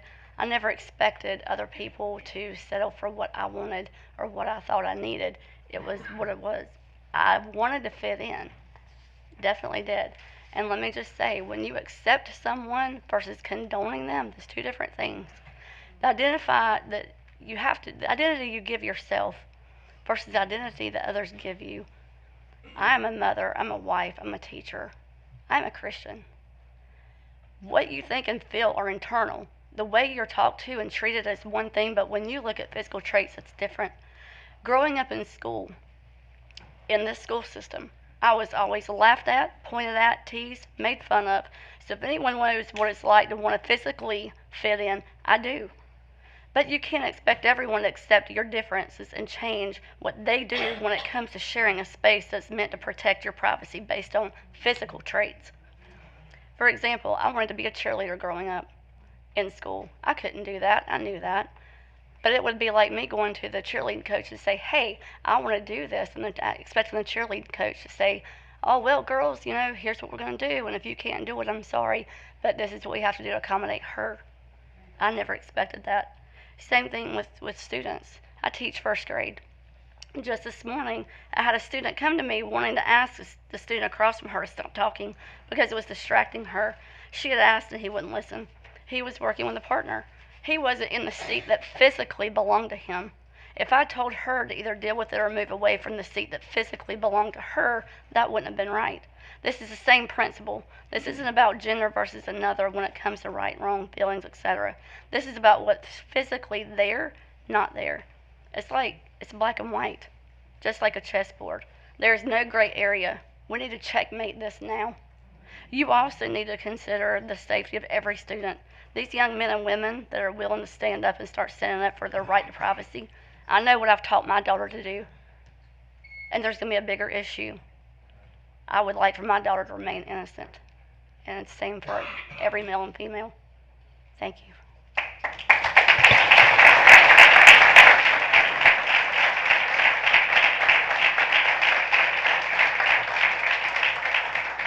Okay, my next speaker is Lila Sanders. Are you here? There you are.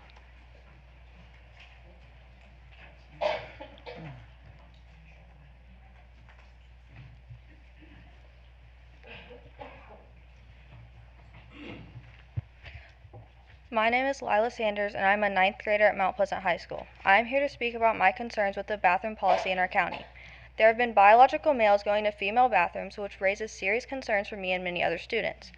Last time we were here, Title IX was used as the reason schools supposedly cannot create policies keeping biological males out of the female bathrooms and locker rooms. The argument was that doing so would be discrimination based on sex. However, if you actually look at the definition of sex, it is the classification of male or female based on reproductive organs, chromosomes, and biological functions. Gender, on the other hand, refers to a person's self-representation or how they are viewed by society. Title IX specifically refers to sex, not gender identity. Therefore, it does not stop policies from being put into place. In fact, the Women's Safety and Protection Act went into effect in October 2025 and was created to protect the safety, privacy, and dignity of women and girls by keeping private spaces single-sex based on biology. This policy provides protections regarding covered facilities, including public schools receiving state funds. These protections were created for a reason, and schools should be following them. Bathrooms and locker rooms have always been separated by sex to protect privacy, comfort, and safety, so why not keep it that way? Women's rights and protections depend on policies that recognize the biological differences between men and women. A biological male will never experience the same physical and emotional changes that a biological female will go through, which is why many girls feel their privacy should remain protected in spaces meant for them. I also believe allowing biological males into female bathrooms creates a possibility for dangerous situations. Just because nobody has been harmed yet that we know of does not mean it would never happen. Policies should exist to prevent unsafe situations before they happen, not after. For example, what if a male student falsely claims to be transgender simply to enter the girls' bathroom with bad intentions? Even the possibility of that happening makes many students uncomfortable and scared. Because you will not help us get the policies we need, who would really be at fault if anything happened to a child? You will not protect us because you are scared of a lawsuit, right? Then you should also consider the possibility of one because of publicly funded schools failing to protect the students it is responsible for. I am 15 years old, and even I can see why these protections matter. Why have this job if you are not willing to fully protect the students in this county, which is exactly what your job is supposed to be? Other states have already taken steps to keep bathrooms and locker rooms separated by biological sex, and I believe North Carolina should do the same. I also want to make it clear that this is not about hatred towards transgender people at all. Every student deserves respect and kindness. My concern is about privacy, safety, and maintaining clear boundaries in private spaces like bathrooms and locker rooms. Supporting protections for women and girls does not mean wishing harm or disrespect towards anyone else. I believe it is possible to treat everyone with dignity while still recognizing biological differences and protecting private spaces. There can be alternative solutions for students who feel uncomfortable using bathrooms that match their biological sex without forcing other students to give up their own sense of privacy and safety. We will not stop speaking until we get the policies we need. Thank you. Thank you, Ms. Sanders.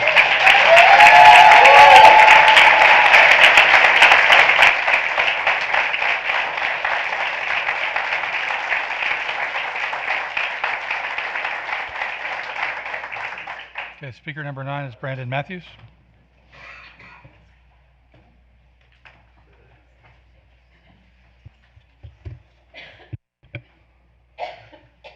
Well, Mr. Rob Walter emailed me and told me that I'm a little aggressive.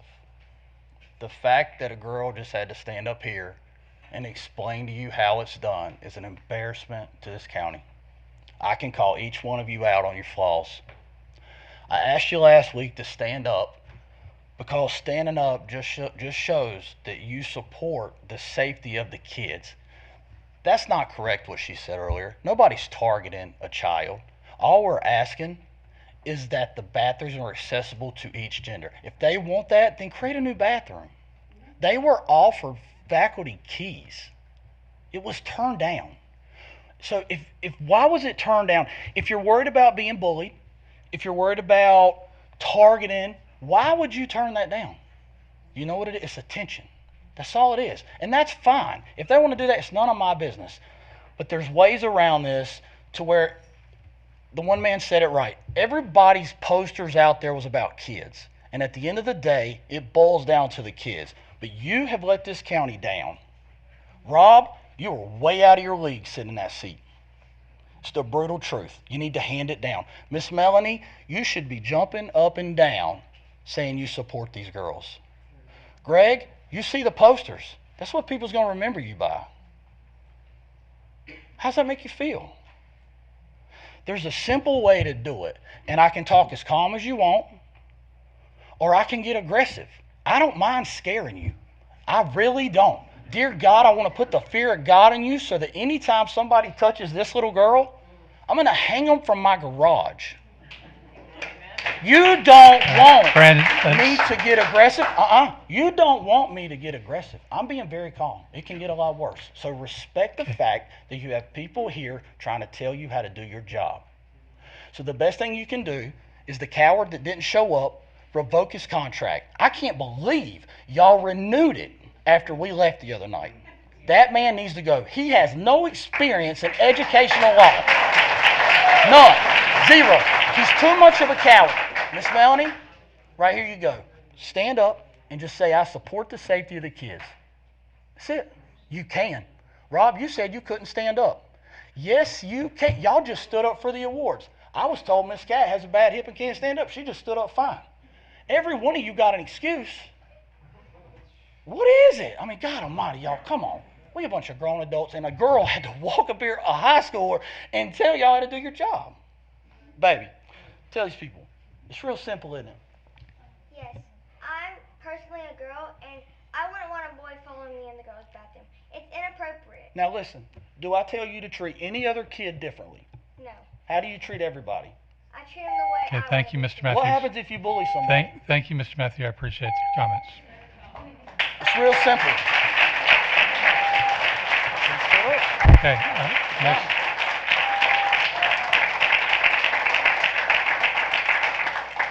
Our next speaker is Doug Witherup.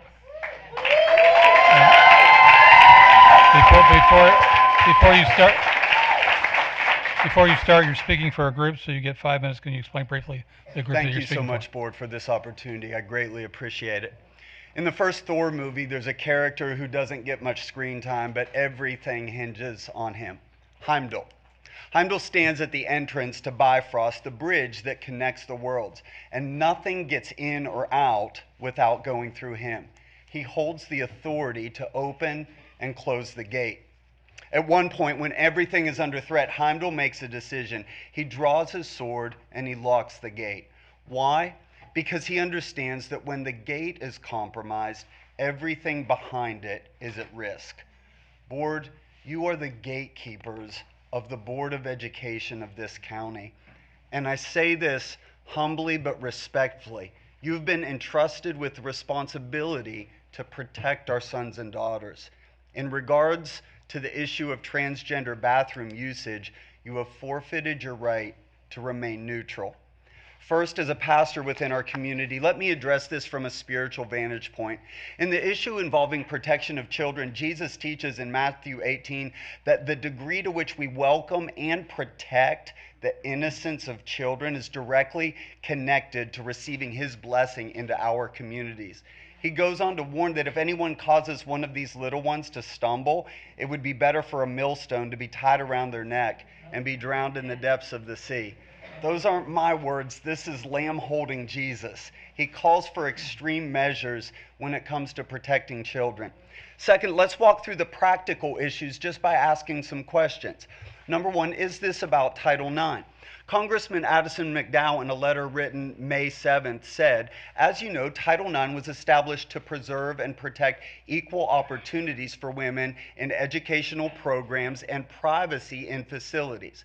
These policies protecting female students are not just best practices, they're actually enforceable laws. And federal education funding is predicated on schools' compliance.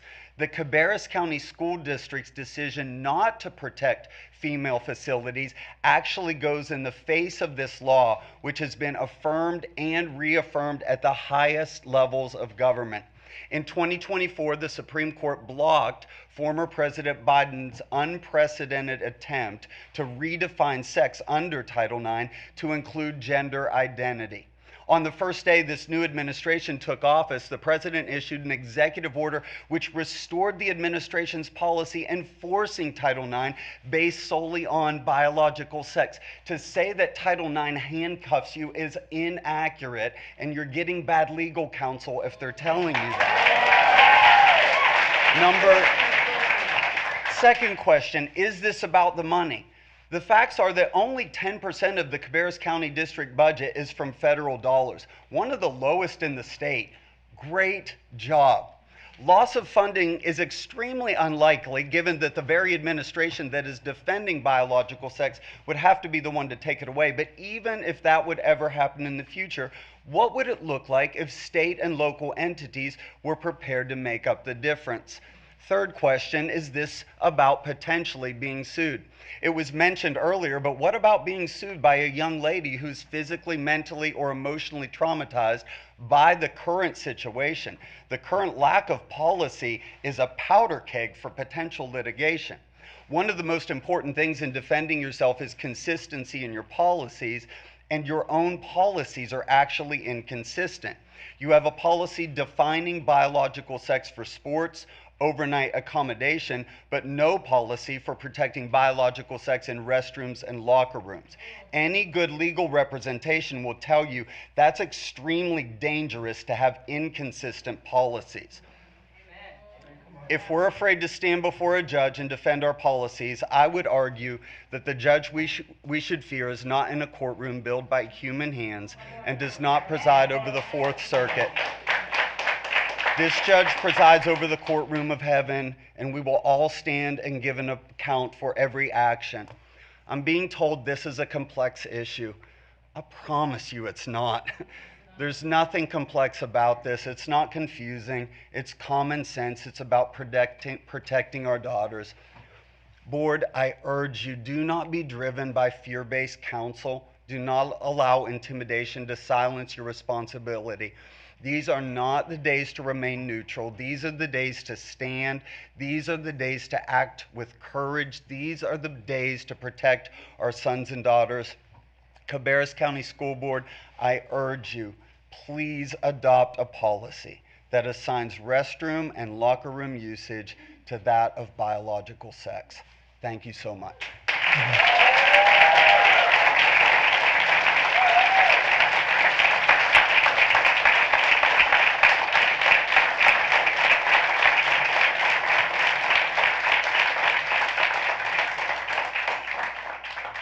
Okay, our next speaker is Courtney Steinberg.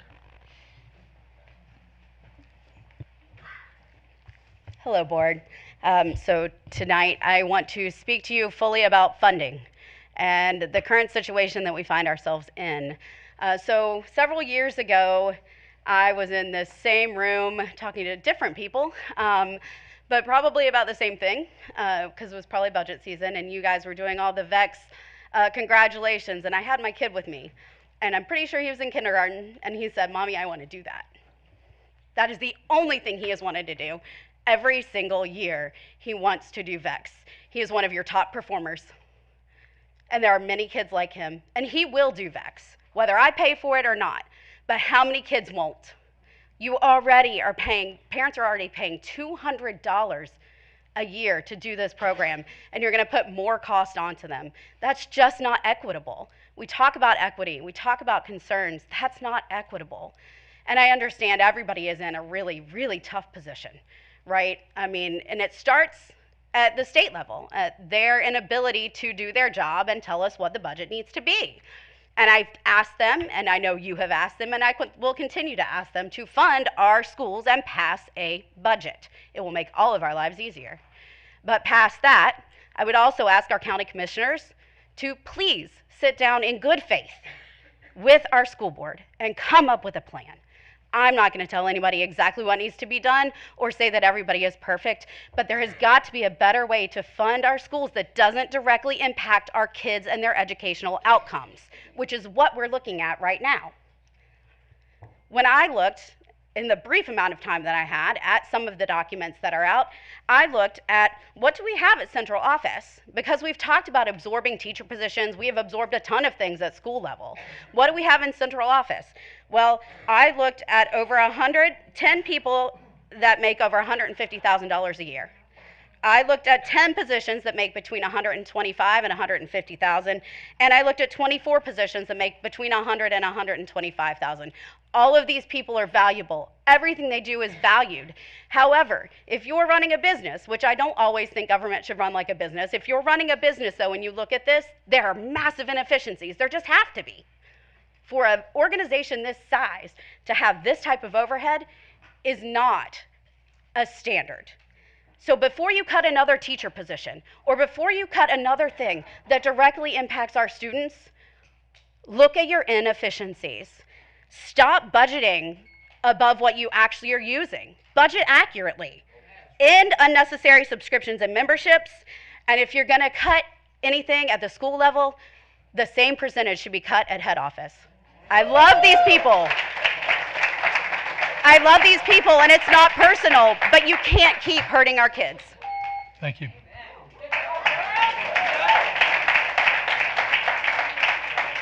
Okay, next speaker is Addie Baxter.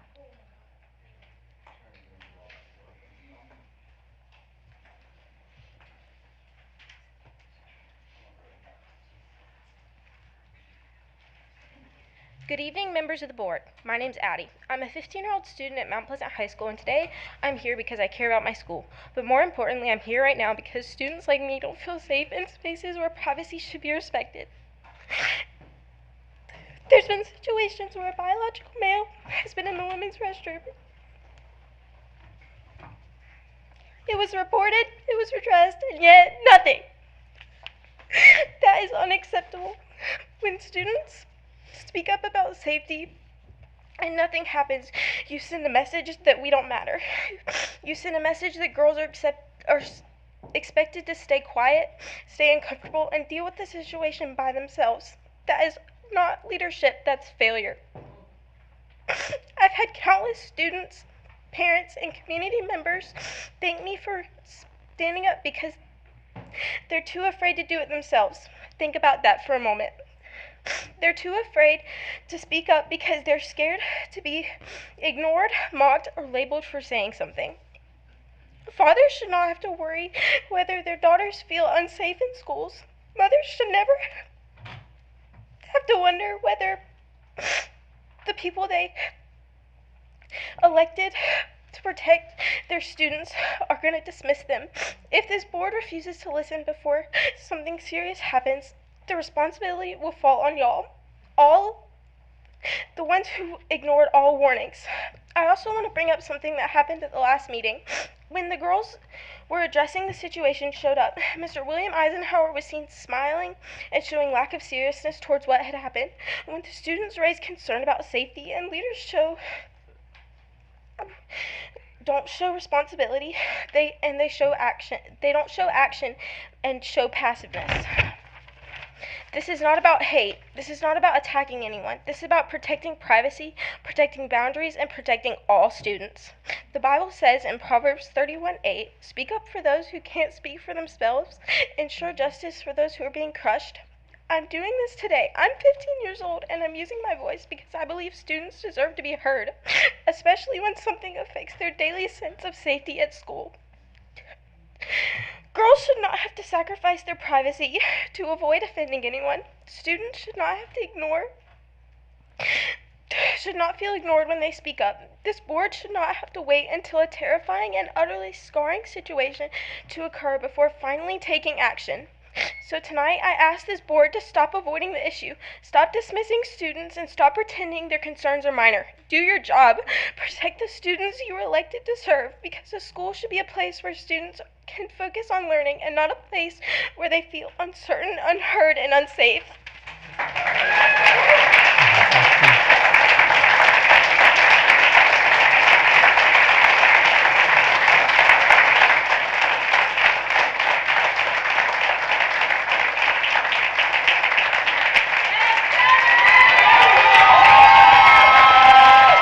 Mr. Matthews, please. I understand that.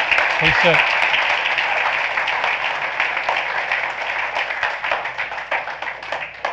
Okay, we've all been very respectful so far. Let's let our next speaker speak. Jean Wanish, are you here?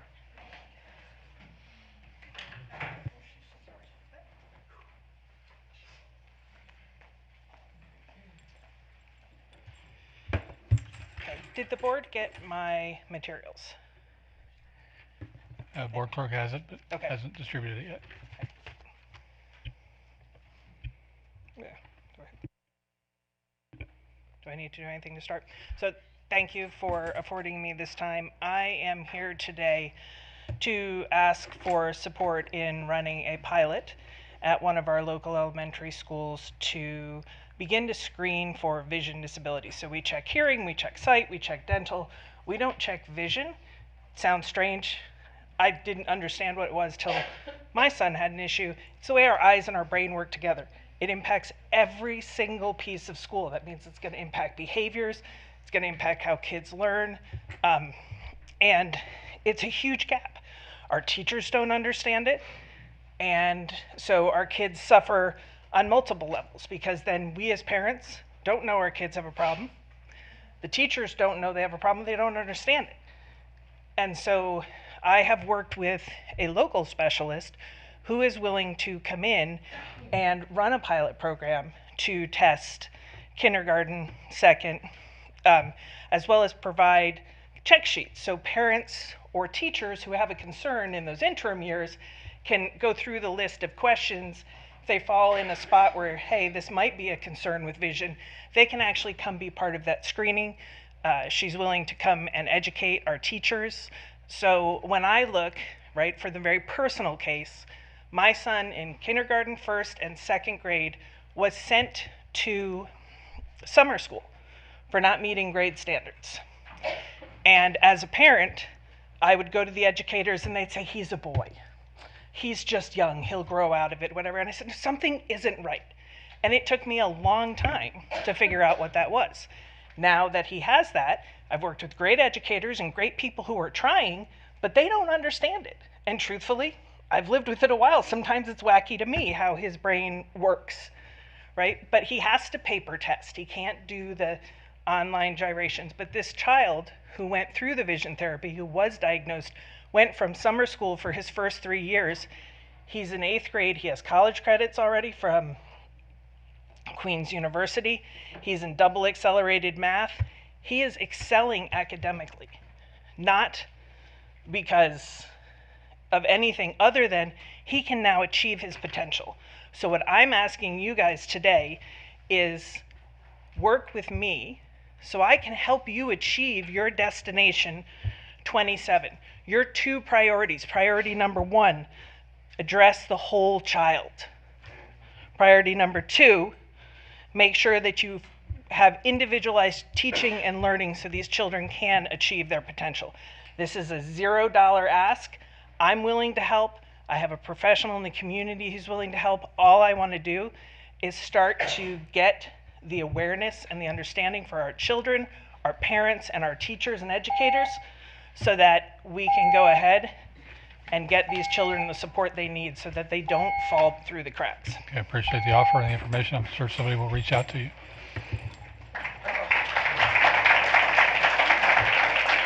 Okay, next speaker signed up is Dave Calvert. Are you here?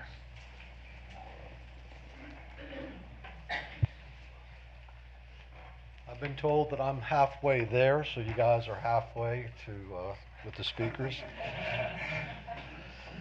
I'd like to thank each of you board members. I know that each of you have made a great sacrifice of your time and your resources to be a Board of Education member. And I think that's probably goes unrecognized a lot of times. You're making the mold, basically, from which you're making the mold that will form educated and balanced young adults as they prepare to become leaders and productive citizens in our community. The definition of school safety includes the provision of secure environment where students are protected from physical, emotional, mental, and psychological harm. The Board of Education for Cabarrus County, you have set school safety as one of your 2026 legislative agenda priorities. When I was a teacher for Cabarrus County Schools, student safety was a very high priority, very much a leave no student behind mentality. A famous quote by Spock, and I'm quoting Spock of Star Trek fame, not Dr. Spock. The needs of many outweigh the needs of the few. You know, I call that a perfume quote. It sounds real good, but it tastes horrible. The needs of the U.S. Marines put action behind their motto of leave no man behind. The challenge of your legislative agenda item of school safety is to balance those two concepts into a realistic plan without violating the principle of doing harm to students. As a retired Cabarrus County school, after I retired from Cabarrus County Schools, I served as a private school principal, a college and university coach, and as an international Olympic coach. I've coached all male teams, I've coached all female teams, I've coached co-ed teams, ranging from, you know, we'll skip all that. Title IX, since it started in 1972, has been the subject of preferential bias, political hijacking, and inadequate quick fix accommodations. School safety involves imparting a sense of value and safety to each student. Bathrooms and locker rooms are intimate places which provide the majority of students an environment that's a known and predictable area of privacy and security. As a middle school teacher, I saw firsthand the emotional trauma of a girl that had been exposed, that a boy has exposed himself to her. It wasn't in a bathroom. Your job, I think, is, and I'm skipping down to my closing remark, is basically get those kids in an administrative bathroom and separate them from the other. Did you have a handout or prepared speech? Yeah, board clerk. Thank you. My next speaker is Deborah Allen. Are you here?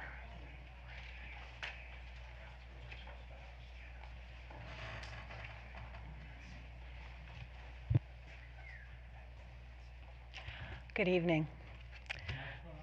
Is the light is on? Maybe I need to bend down a little more. So in a time when common sense is uncommon, it's very encouraging to hear these young ladies from Mount Pleasant High School and Cox Mill speak out on behalf of all young females for their right to privacy in bathrooms and locker rooms. So I'm here to echo their reasonable and rightful request tonight, and I implore you to hear them. For this board to hide behind a bad legal decision as an excuse for their inaction is unconscionable and dangerous. Why not stand for what is right, for common sense? The facts and the legal intent of Title IX are evident. Recognizing how it was perverted by bureaucrats to impose a social and cultural revolution on the American people may help you to better understand just how wrong your failure is. The rule by letter that William Eisenhower would know is a legal document. They were dear colleague letters. They were written to change Title IX from its original legislative intent, which is to protect females from being discriminated against based on their biological sex. Title IX was specific for females through a legal provision that allowed for separate spaces by opening up the world of athletics created to them. Males had been dominating the playing field for centuries. The Title IX was carved out through an executive order, a way for women to compete in women's sports on the playing field. In an article published by National Affairs in 2018 entitled "The Strange Evolution of Title IX," R. Shep Melnick, who, by the way, is from Columbia, and he is not a Republican, wrote, Title IX cannot operate on dear colleague letters because it goes beyond this normal requirement, demanding that all such rules also be assigned by the president. Well, an executive order was issued on January 20th, 2025, announcing the administrator's policy to recognize two sexes, male and female. Essentially, it is lawful for local schools to require students to use the facilities that correspond to their biological sex. After all, sex is static, not fluid. Sex, like race and national origin, is an immutable characteristic determined solely by the accident of birth. Title IX prohibits educational institutions that receive federal funding from discriminating on the basis of sex. Its sole purpose was to open the doors of educational opportunity to women. We simply cannot stand by and allow these protections to be eroded away by a misrepresentation of the legal intent of this law. Let me be clear in my last 10 seconds. There is no equity law or provision in its intent to force any institution that receives federal funding to adopt a particular view of gender identity. We must stop confusing Title IX with Title VII. They are not the same. Thank you, Ms. And Allen. the desire to accommodate others' discomfort cannot justify policy.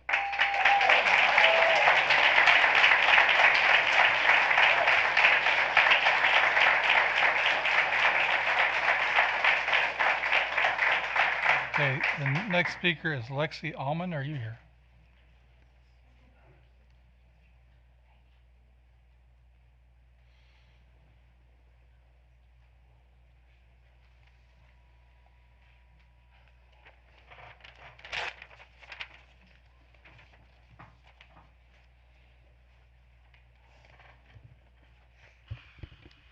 Good evening, Cabarrus County School Board. My name is Lexi Allman. I'm a freshman at Mount Pleasant High School.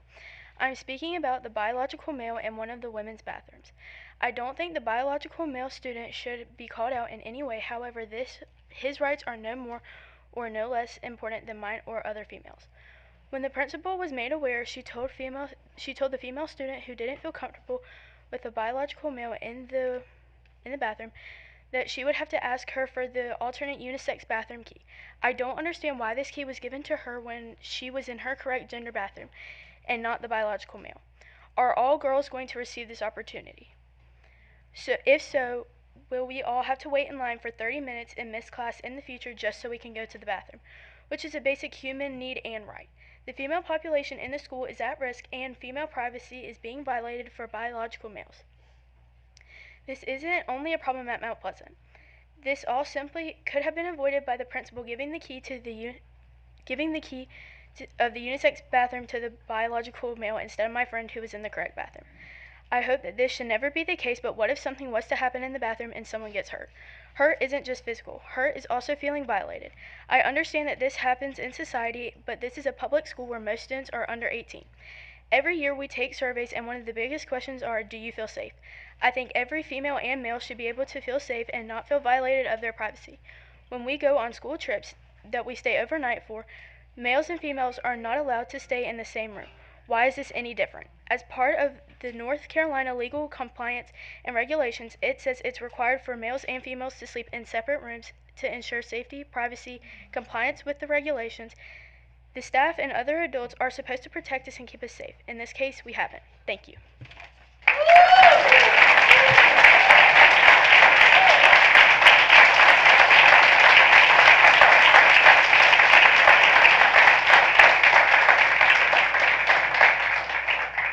It's just a reminder to check your cell phones, make sure they're on silent. We don't want to interrupt our speakers. Next speaker is Bubba Hartzell.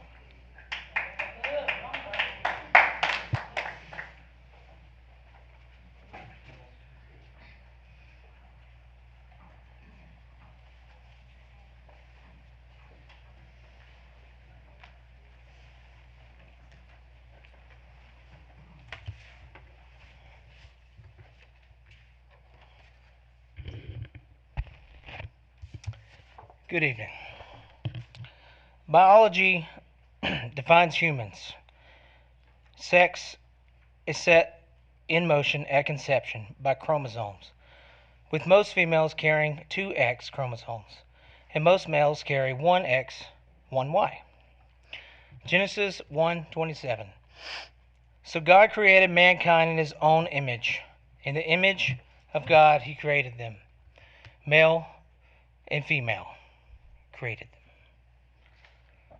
With House Bill 805 and President Trump's executive order 14168 for your reference, a policy needs to be made that students are to use the bathroom, locker room that is their biological sex. I call on this board to make a motion and have a vote. Let the people know you are not afraid and where you stand.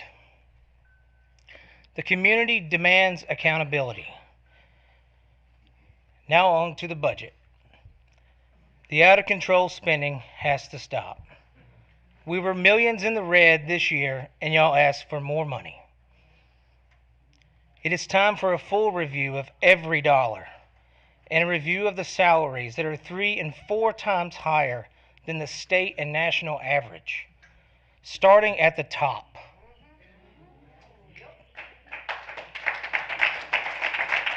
Okay, let's give him the respect to finish this. Dr. Kopicki makes more than the North Carolina Superintendent of Public Instruction, which is a fixed rate by the General Assembly, which comes out to $168,000. The North Carolina average for a superintendent is $150,000. Dr. Kopicki's annual salary this year will be over $260,000. That is public record. You can find it. And up. Plus a nice Rotary membership. That is just one example, but I believe accountability starts at the top. I want the best resources for every student, but if we can't afford it, then we can't buy it for them. It is time to get back to the basics. Pencil and paper still work. We have great teachers who would love to just teach, no matter the resources, as long as they have the support. The people deserve transparency, and right now all eyes are on this board. So will you step up to the challenge, or will you continue to disappoint?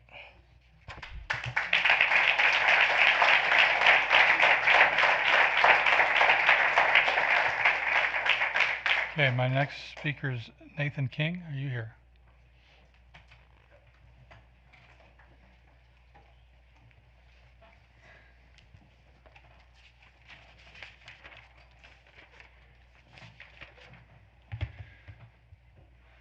Good evening. I am Nathan King. I'm a pastor at Trinity United Church of Christ here in Concord for the last 25 years. Hard to believe I've been here that long. Thank you, board members, for allowing this time of public comment.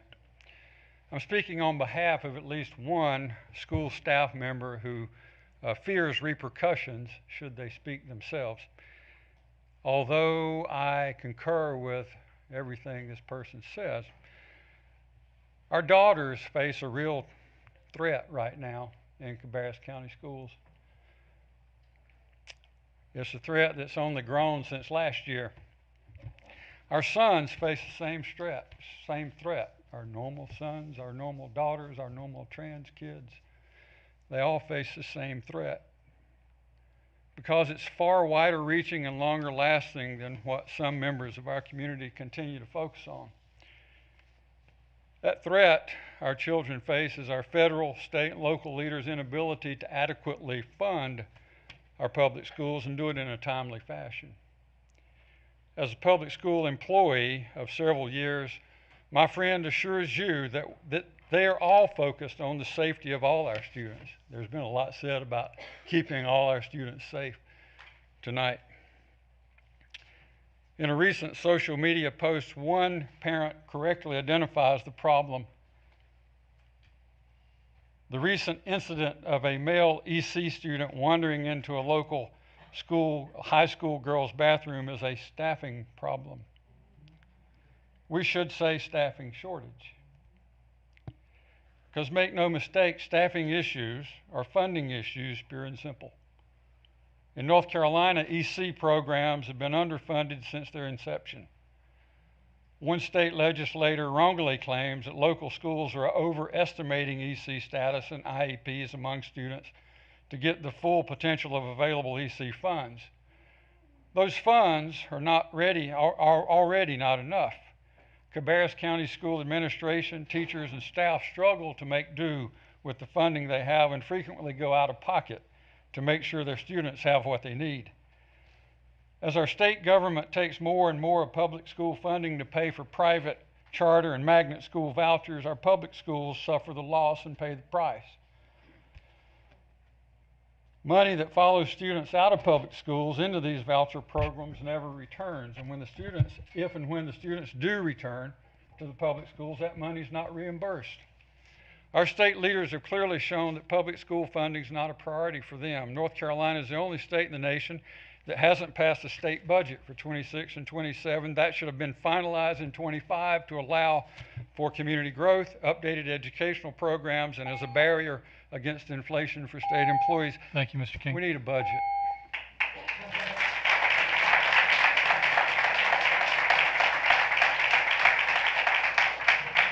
My next speaker is Matt Garris. You're here.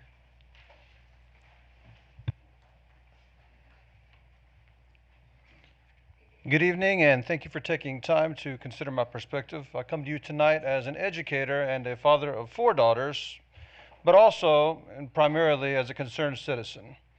Public schools serve a unique purpose in diverse societies such as ours because they are the places where everyone learns to get along. And as the world becomes more divided, that work becomes much more challenging and much more necessary. Nevertheless, public schools remain the incubators of tomorrow's society, and future generations depend on public schools to prepare them for success in whatever the future holds for them. Students learn through their successes, their failures, and of course, the adults who are modeling life for them. When they recognize a problem is too big for them to solve, they come to the trusted adults in their lives for help. With that, I would like to commend the students from Cox Mill and Mount Pleasant for their courage in speaking up about recent situations in which they felt unsafe. And I would also like to recognize that school leaders and this board are caught between a rock and a hard place. I don't believe this is a case of selective empathy. I believe that all of you have common sense and you probably genuinely want to do the right thing by the kids. And I recognize that you're constrained by law, by judicial precedent, and by a responsibility to protect this district from litigation. Your hands are tied. I understand that. I truly do. But these girls deserve better. They deserve a better answer because we tell them if something's going wrong to tell the trusted adult. We're here to help. And when they come to the adults they trust to help them, how do we respond? They deserve a better answer than the world is a complicated place and there's nothing more we can do about it. We're shaping tomorrow's society, and the response that we have teaches them so much about whom they can trust and what to do when they feel unsafe. At some point, we all learn this lesson. If you cannot solve the problem, you keep going until you find someone who can. School leaders are bound by the board's policy, and the board policy in turn is bound by law. You cannot change the law, but our legislators in the General Assembly can. So I would encourage all of you and all of you to contact the General Assembly, as I plan to, and let them know about the challenges facing this district because they're not unique to Cabarrus County. These are statewide problems, and we can do a little work here locally to make a difference across North Carolina. They can provide the clear legislative guidance that districts all over this state need to give these young ladies and others like them across our state the protections that they deserve. Thank you again for your time and consideration. I yield my time. Thank you. Next speaker is Jim Quick.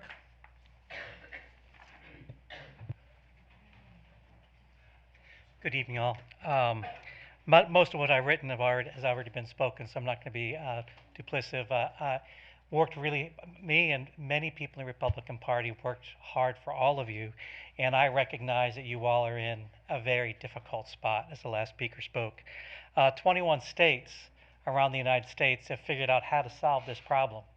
Today, UNC Charlotte figured out how to figure out a solution to the problem. You see, I spent this last week not being political. I spent this last week talking to parents and students who were just so frustrated and so fed up and didn't know what to do.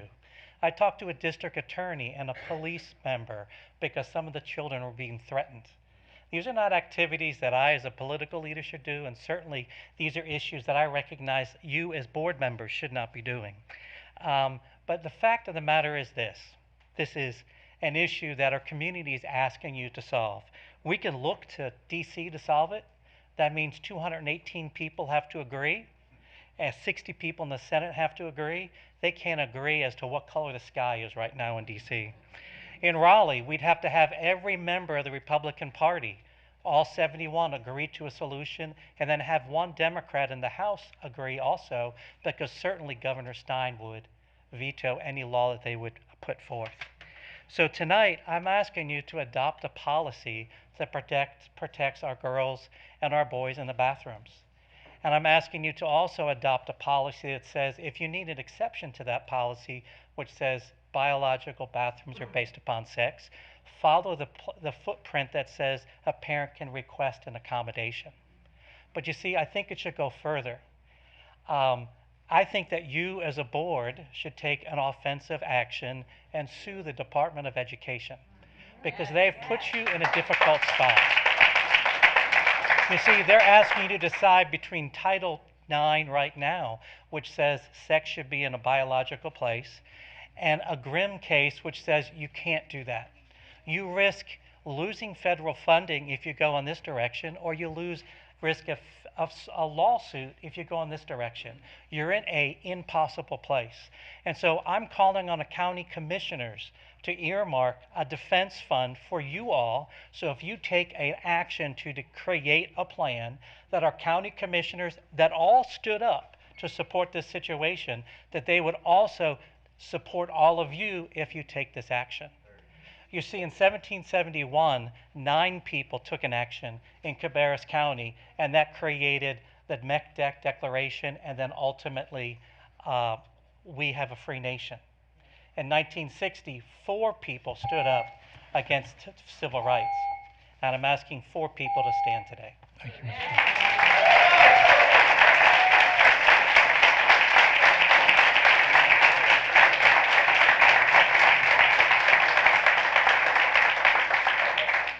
Okay, my next speaker is Beth Goodman.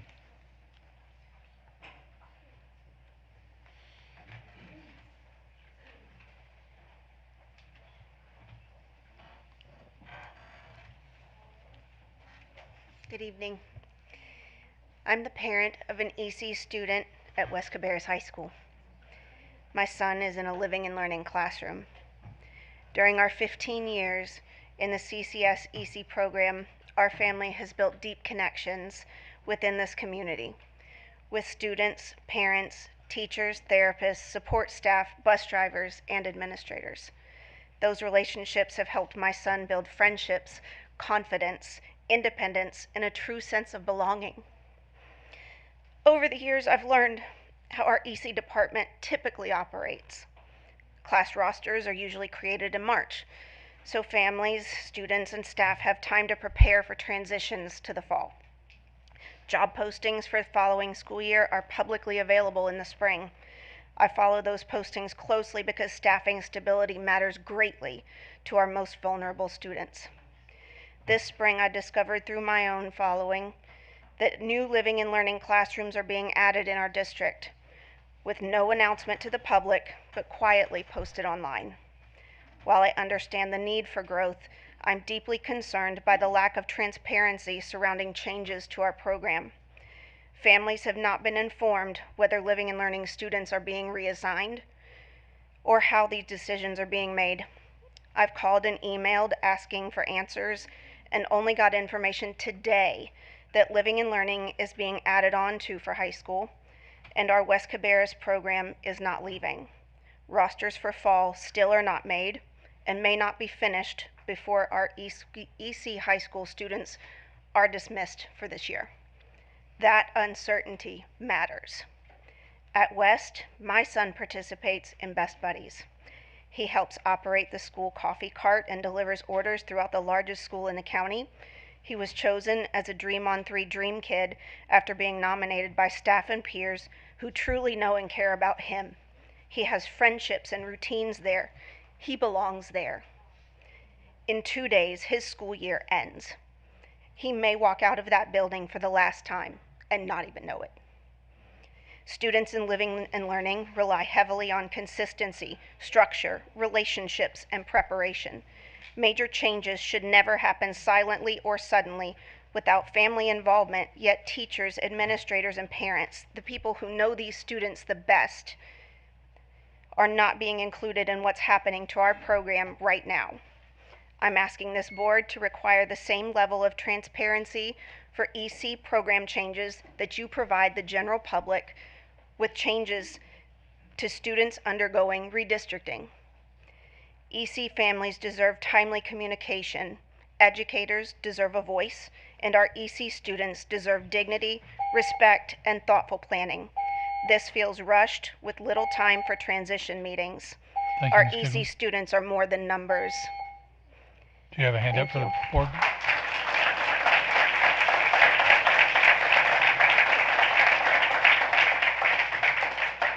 Okay, Marty Tidwell, are you here?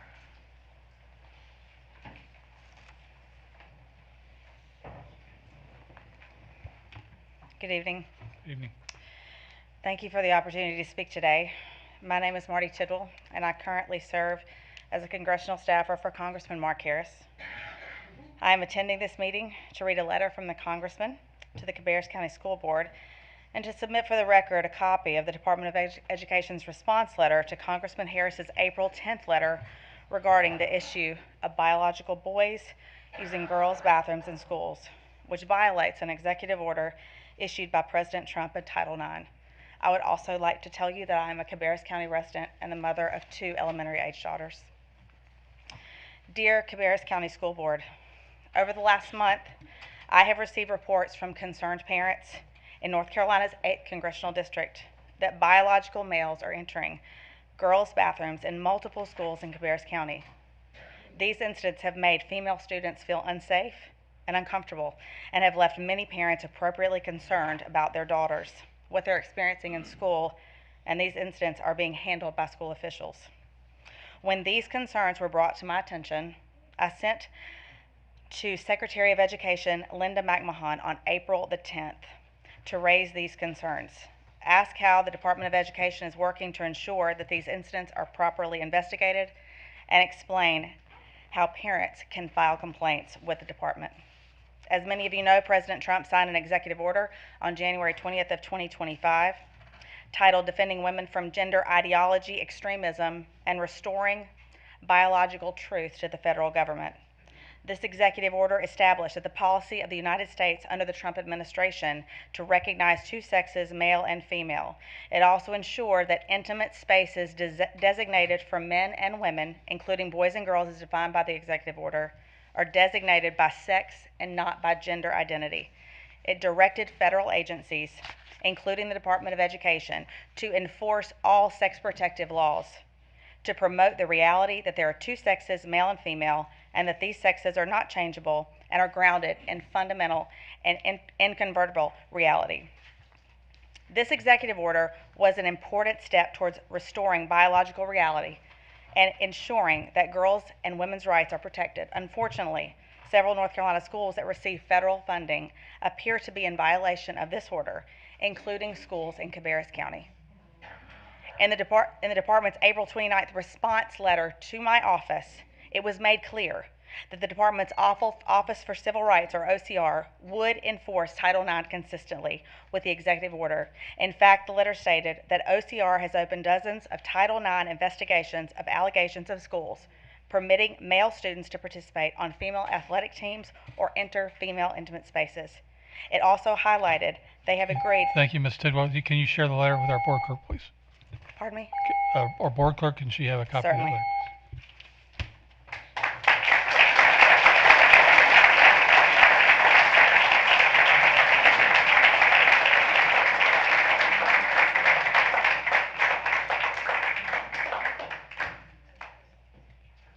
All right, the next speaker is Jay Shaninman. I pronounced that right? Are you here?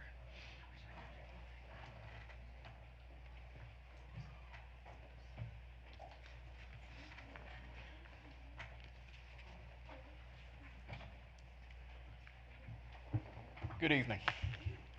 I'm here because the parents of Cabarrus County have entrusted you people with the safety and welfare of their children.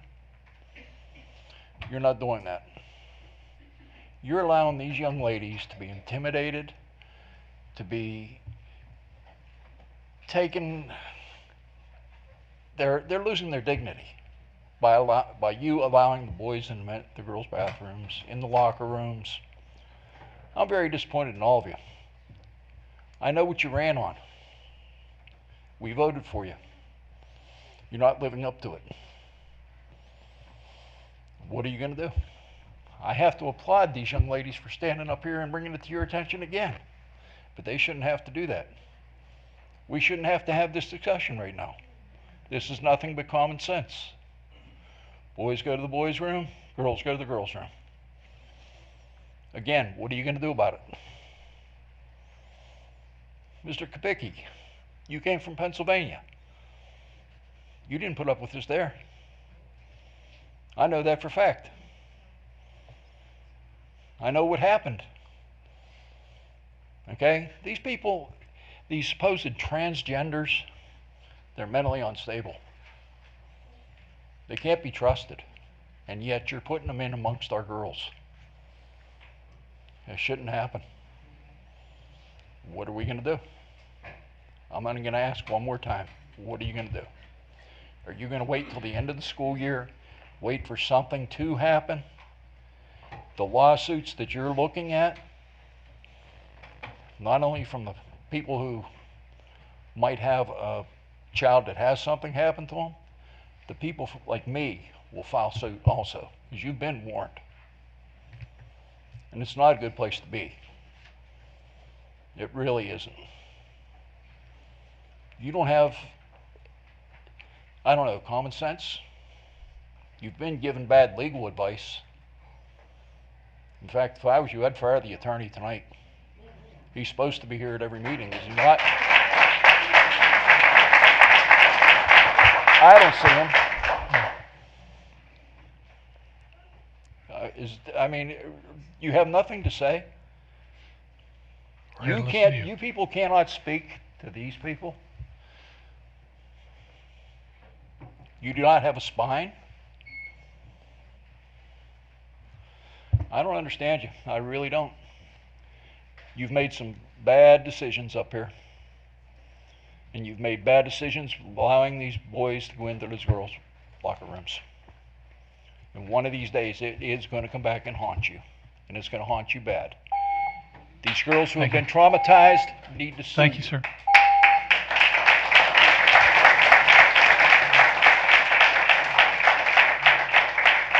The next speaker is Ashley Price.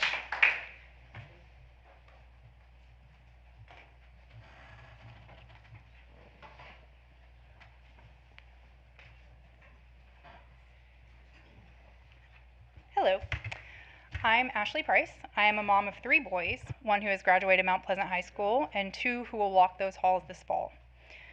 People are being told that their daughters are in danger and that the threat is a child, but a specific kind of child who in reality just wants to use the bathroom.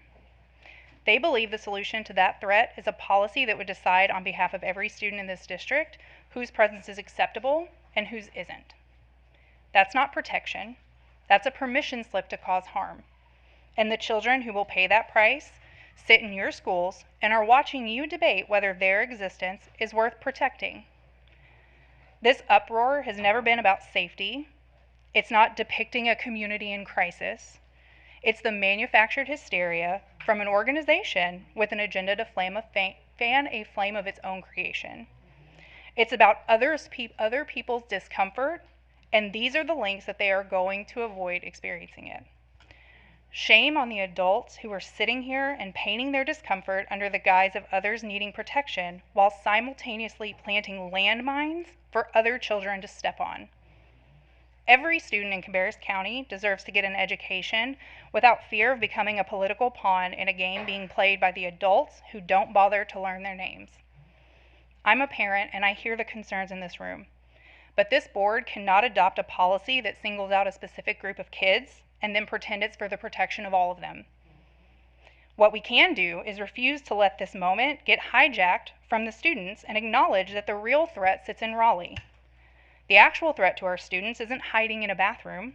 It's been sitting on the floor of the North Carolina General Assembly for 450 days in the form of an unpassed state budget. It's Cabarrus County carrying a nearly $9 million shortfall. It's services that the exceptional children and their families can't access. It's frozen teacher salary schedules driving our best educators out of our classrooms. That is your crisis. That is what requires your action. And I need not only this board, but the other adults who are fired up regardless of your righteous cause to sit with some things. Cabarrus County ranks 114th out of 115 districts in North Carolina for per student spending. North Carolina entered this year as the only state in the country without a budget. Over $800 million has already been allocated to public education, and it's sitting there while the General Assembly refuses to act. Where is the outrage at that? This is political theater, and while it's being performed, your students and my students are sitting in underfunded classrooms with overextended teachers, and they're learning what it means to be made into a symbol by the same people who would cause them harm. Pass the damn budget. Thank you, That's Ms. how Price. you protect our kids.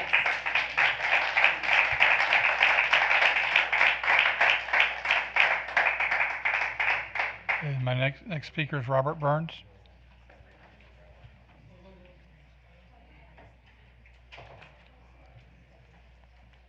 Good evening.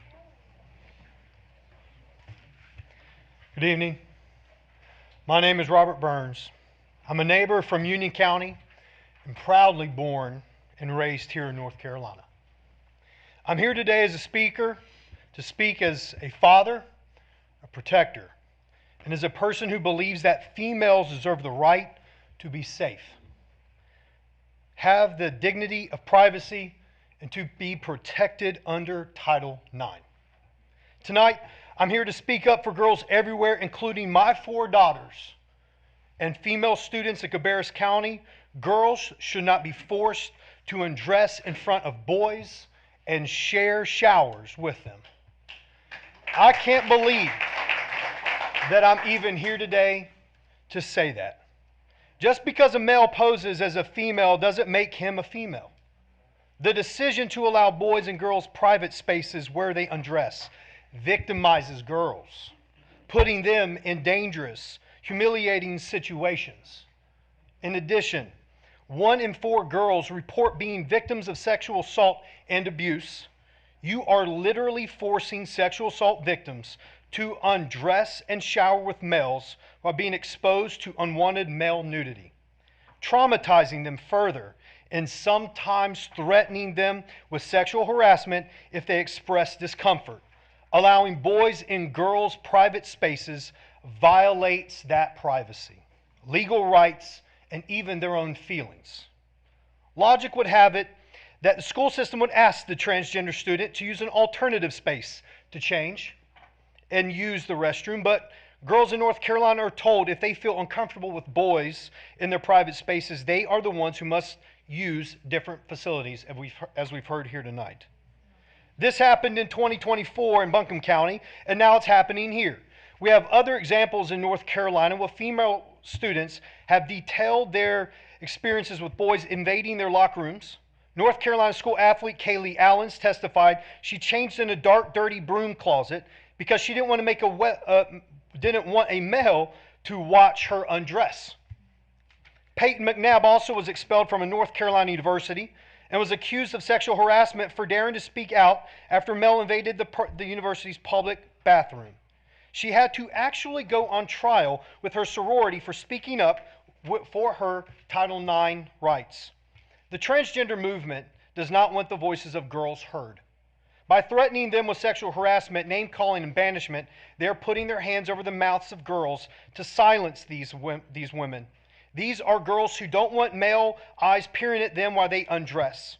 As you can see by the brave female Cabarrus student speaking out today, as you saw with Kaylee and Peyton, you will not silence our North Carolina daughters into submission. Thank you, Mr. Burns. Thank you all. One point of clarification. Where did you hear that girls are showering with showering? Okay. I have not heard that. So let me be also very clear too. I want to, clarify some things with you guys. And this was basically what I'm going to get to, is that you can receive bad legal advice. You can. Okay, you can receive bad legal advice from your attorney today. That doesn't answer the question, but I appreciate you coming and speaking. Yeah, thank you. So my next...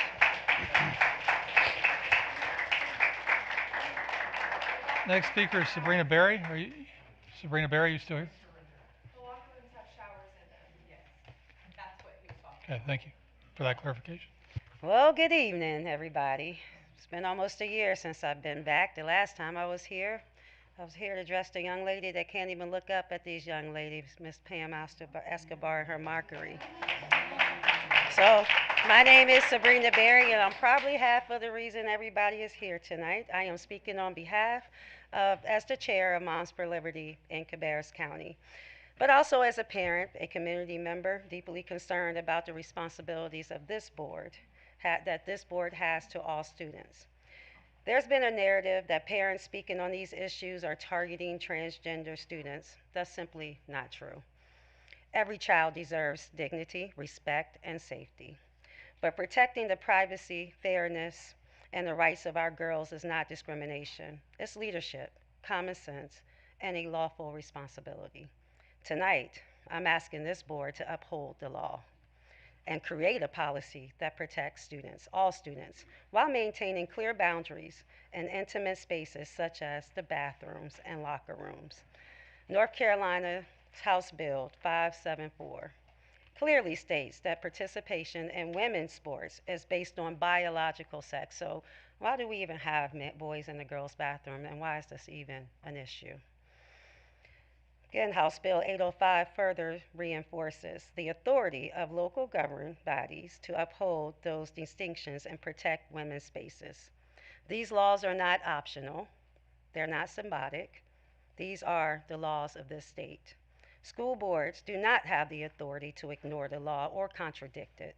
They have a duty to implement it fairly and responsibly. Your attorney advises you of Title IX violations, but protecting students' privacy and preserving fairness for biological girls is not discrimination. Title IX itself was created to protect opportunities and spaces for biological women, not men. So tonight, the question is not whether can this board act. The question is whether you will act. Will you keep your campaign promises? I know we remember 2024. You don't want boys and girls bathrooms? Melanie, vote for me. Greg, vote for me. Rob, vote for me. Kat, vote for me. Shannon, I'm just waiting to see that fearless spirit that your husband got, because I know it's in you. And I know you're a woman of conviction. So, will you stand with the parents? Would you stand with these children? Will you protect fairness and privacy for all children? Will you uphold the law?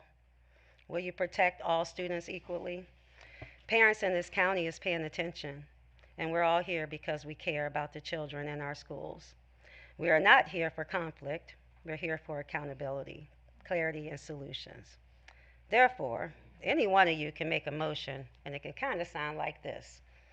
I make a motion that Cabarrus County Board of Education reaffirms its commitment to comply fully with North Carolina state law, including House Bill 574 and 805, and direct your district administration to ensure that all policy regarding student athletes, bathroom, locker rooms, and private spaces are implemented in a manner consistent with state law. Students' privacy, safety, and fairness. I urge you guys to speak up and stand up tonight. We stand behind you. Do the right thing. Don't listen to your attorney. I'm one that should know. Second opinions from attorneys are always good, so I urge you, if you can't do that, at least get a second opinion. Your attorney is dead wrong when it comes to Title IX. Thank you, and may God bless you.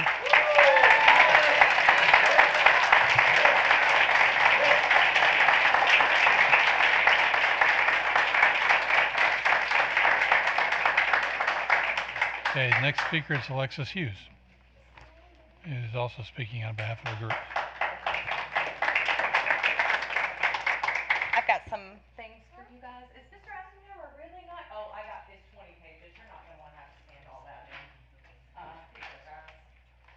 All right, it goes to the board clerk, and she'll distribute I'll that. email her a copy. Well, I'll get from Mr. Eisenhower's, actually, since he's not here. Here you go, Mr. President.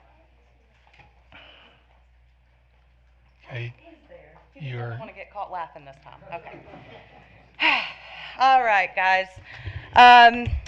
Alexis, do I still introduce myself?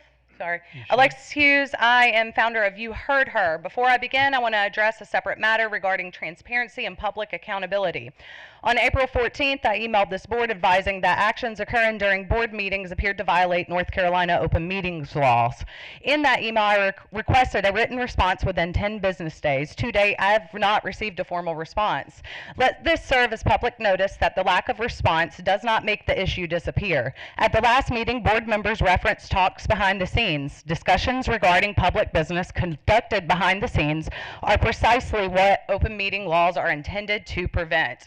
Those conversations should occur publicly where taxpayers and parents can hear them. Additionally, at multiple meetings, including the last one, discussions occurred while microphones were muted intentionally from the public broadcast. Transparency matters, public trust matters, and open meetings laws exist for a reason.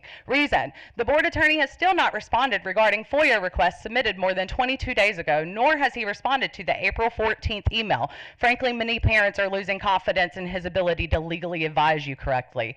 Now to the issue at hand. I want to be very clear. This is not about hatred towards transgender students. Every student deserves dignity and respect. And yes, we can care about the budget and also care about female safety in our schools. We are adults. We can walk and chew gum at the same time. I want to be clear about this.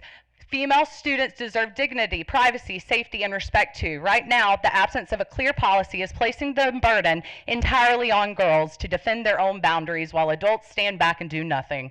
Multiple female students have independently reported incidences where biological males, outwardly presenting as male but identifying as female, enter the bathrooms, expose their penises purposely to the girls, laugh about it, and tell them nothing can be done. That is not inclusion, that is not safety, and exposing yourself to someone without a consent is against the law. Girls who report these incidents were told nothing could be done because it was he said, she said. Some were then accused of bullying transgender students simply because they voiced feeling uncomfortable.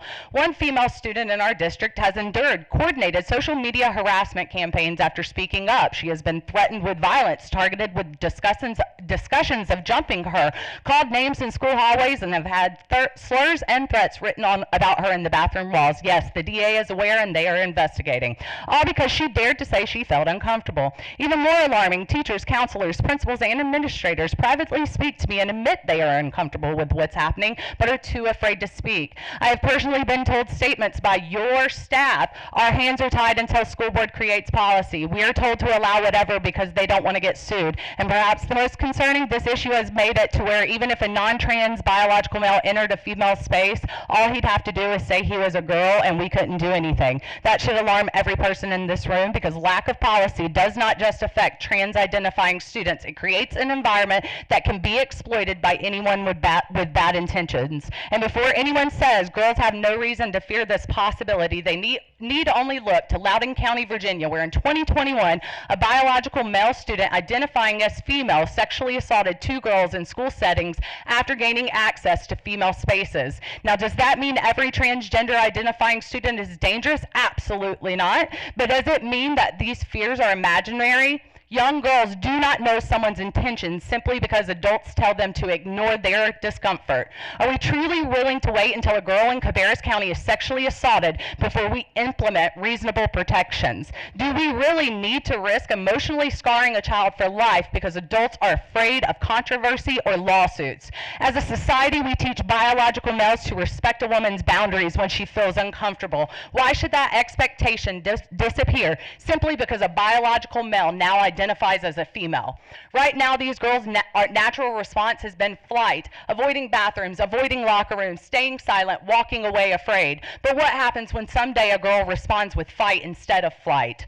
What happens when young girls are repeatedly taught that adults will not protect them? North Carolina law defines sex as biological male and biological female. The solution here is not cruelty, it's clarity. Since the board's attorney has thus far failed to provide timely guidance, I've provided you all with a proposed board policy that has been vetted by 3 different attorneys that specialize in education law. It is asking that you create a policy saying you use the bathroom for your biological sex. That aligns with state law. Create a neutral gender bathroom that anyone and their mama can use if they don't care. And that is the accommodation. That is how you don't single students out. Also included in that is the attorney's actual legal breakdown explaining how doing the policy I gave you will protect you in a lawsuit. And if you get sued, I will GoFundMe, I will talk so loud, the Defense Alliance, we will raise money for you. And our commissioners will stand behind you. Do the right thing for these girls.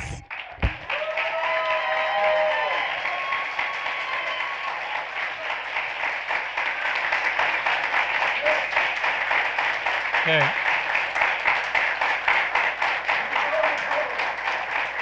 All right. Let's let our last speaker is Keisha Sandage. You are also speaking for a group. Can you please tell us what that group is? I'm not, because you didn't ask everybody else to do that.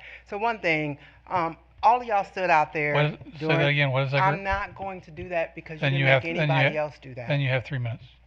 I'm sorry? You have 3 minutes. I am speaking for a group, And what is the it group? What my is the group group? is Purple Table Talk. And I who put is that that? on my And who put is that on that? my sign up, Rob. Who is that? I put that on my sign up. I didn't hear anybody else talk about their group. They've discussed Okay. it in the past. Did anybody else talk about their group, Rob? No. I'm asking you again to describe but the. you're nobody asking else to- talked about their Then group, you have Rob. three. Then you have 3 No, minutes. I have 5 minutes, and it's going okay. now. So I hope you you have guys you will have 3 stop. minutes, please. Go ahead. I am speaking for a group. The name of You're- the group is Purple Table Talk, and I told y'all about it last month, and you didn't make anybody else do that. All right. Go ahead. 5 minutes. All right. 5 minutes and.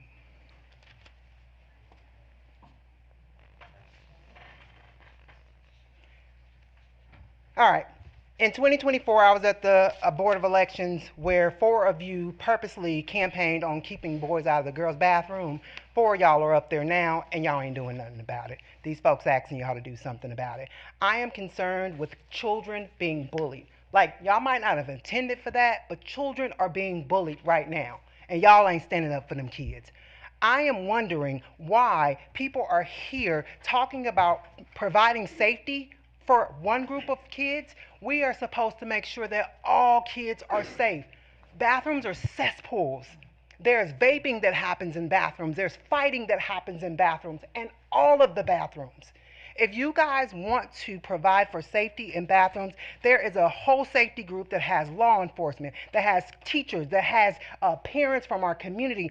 Sign up for that group. There's also a group called Child Protection and Fatality Team that meets monthly here, and they talk about the deaths that are happening amongst our kids in this community, which is very scary for me. We have gotten people to come up here who are not authorized and who do not go to school to diagnose mental illnesses for children. Y'all stop it. Every transgender kid does not have a mental illness. If you did not go to school to be able to diagnose kids, stop diagnosing them. I'm telling you, this leads to them committing suicides and being victims of suicides. Right now, we have created a problem in this county that does not exist the way we are talking about it. There are so many issues. Do you know that in North Carolina, a kid, all of our kids, can walk into a vape shop and get drugs and use those drugs in our schools, give them to other kids in our schools, but I don't hear the outrage about that. Let's go to our General Assembly and talk to them about really providing for safety for all of our students. And let's stop making this about, oh, this county commission is going to fight with the school board, and then in that we get nothing. Our schools are still underfunded. This is not the school board that can fix this problem. It is way above the school board. Y'all stop coming to the school board and blaming them for things that they cannot fix. And then, if you're going to say that they're going to protect you and provide for legal fees for you, please get a memorandum of understanding from those entities and from those people that said they're going to pay for your legal fees. Because I will tell you, I know students who are transgender, and their parents are going to protect them at all costs.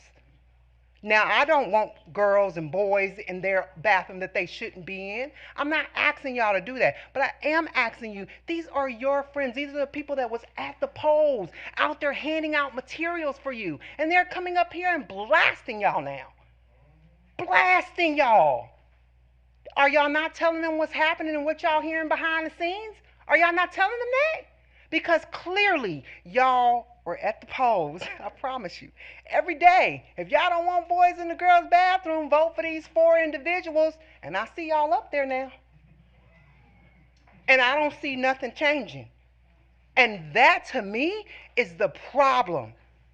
That is the problem. Don't run on something that you cannot successfully guarantee. And I'll tell you, when I was on the school board, I wasn't voting for nobody to get a raise in the salary. Dr. Kapicki, you can tell them this, until our teachers got paid. But guess what? Our teachers ain't even getting paid. That's the true problem. Them the folks that we trying to make sure to keep our kids safe, but yeah, we don't want to pay them. I'm just not understanding how y'all got this backward. Keep this same energy when it's time to go talk and tell these folks who make the laws that our schools are severely underfunded. And if we got time to be looking at people's paychecks, we got time to go up to Raleigh and talk to them, or Raleigh and talk to them and make sure they know what we really need. And I'm going to be like one of the other speakers, they need to pass a freaking budget. That's the problem. Okay, thank you, Ms. Sanders. She was the last speaker. And again, our procedure is to listen to you tonight. That's what we've done. I've added an item to our next board meeting, our work session, where board members can speak and they can address these issues. They can present a policy if they want to. But that'll be at our next meeting during board member comments. So again, I want to thank everybody for being here, for sharing your concerns with the board. And we do take that seriously. We will discuss it. And you'll hear from us at the next meeting. So with that, Will you guys do us a favor, please? And I don't want to, I'm not aggressive. I'm not asking you to make a policy tonight. I'm not asking you to even give us comments, though I would like to hear them. But we asked you last meeting, and I think there might have been a little bit of okay, miscommunication on what you can call us afterwards. stand and support making a policy. We understand your hands are tied. But if you support making a policy that You will hear you'll hear our positions next meeting. Can I have a point of privilege, please? At the end of the meeting, yes, but not right now. We need to move through and get to. Okay.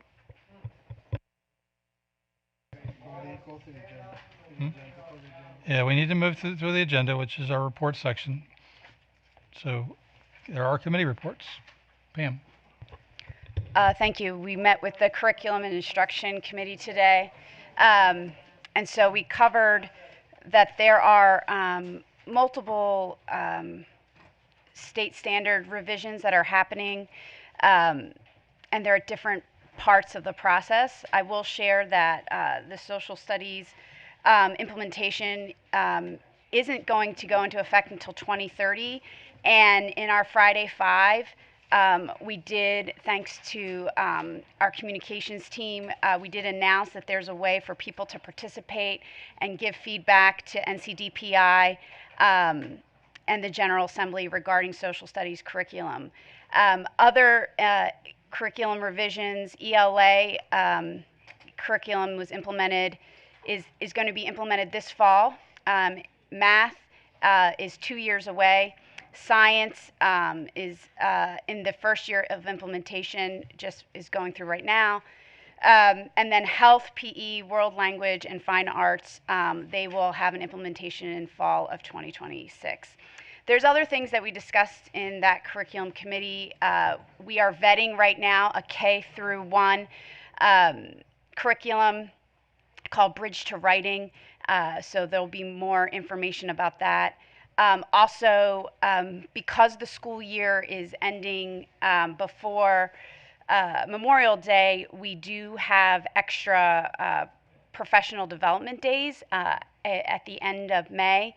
And so our staff has provided opportunities for our teachers to go through professional development, which in the final week of May, if they don't have the opportunity because those professional development classes are so successful or are in such high demand, if they weren't able to get into those, they'll have that opportunity in August. But the goal is to prepare our teachers and take advantage of that extra time that we have at the end of the school year. I also want to share that what we heard in the meeting today was that CTE gave us some updates.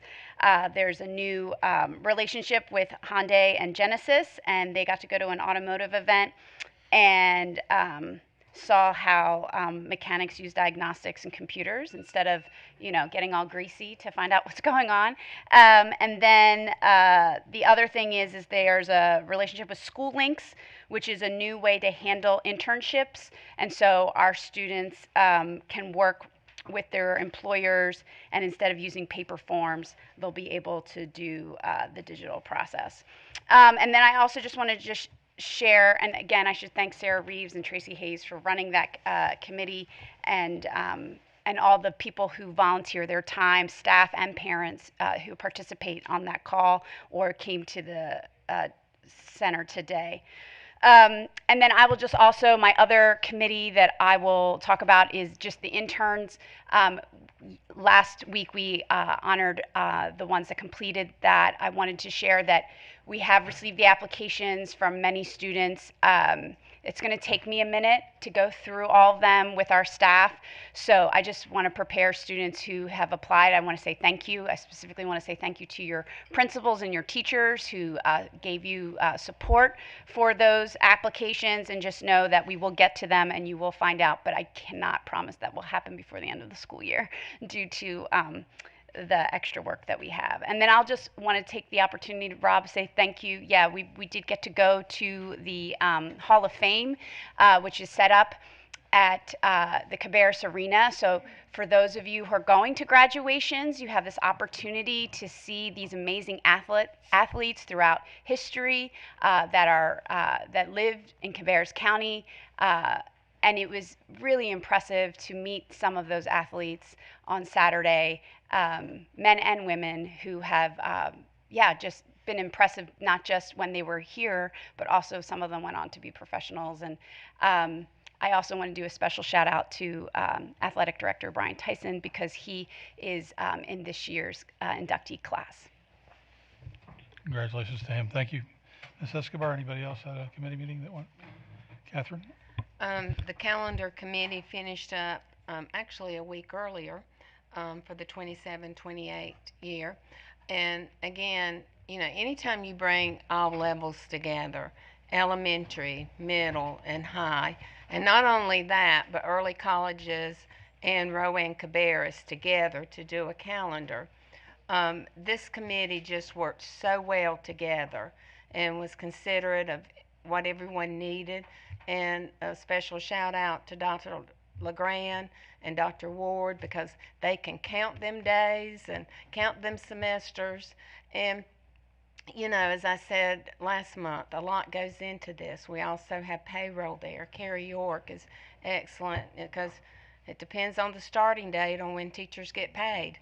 And also Dr. Williams with the personnel side of it. So it's just, the committee just did a great job, and I just want to let parents know they really work hard to try to coordinate the calendars between the traditional schools and our early colleges so that families can have a vacation together. Also, safety committee finished up last month, and they took that time to review how far they have come this year. And again, I'm just real impressed with everyone on that committee and how far technology and safety has come. Thank you. Anybody else? Shannon? I just want to give a shout out to the Cabarrus Education Foundation. Thursday night we had Teacher of the Year celebration. We also celebrated other educators in the county, and the foundation helps with that every year. They are a sponsor. So we just want to thank the Cabarrus Education Foundation for their continued support that they give our schools.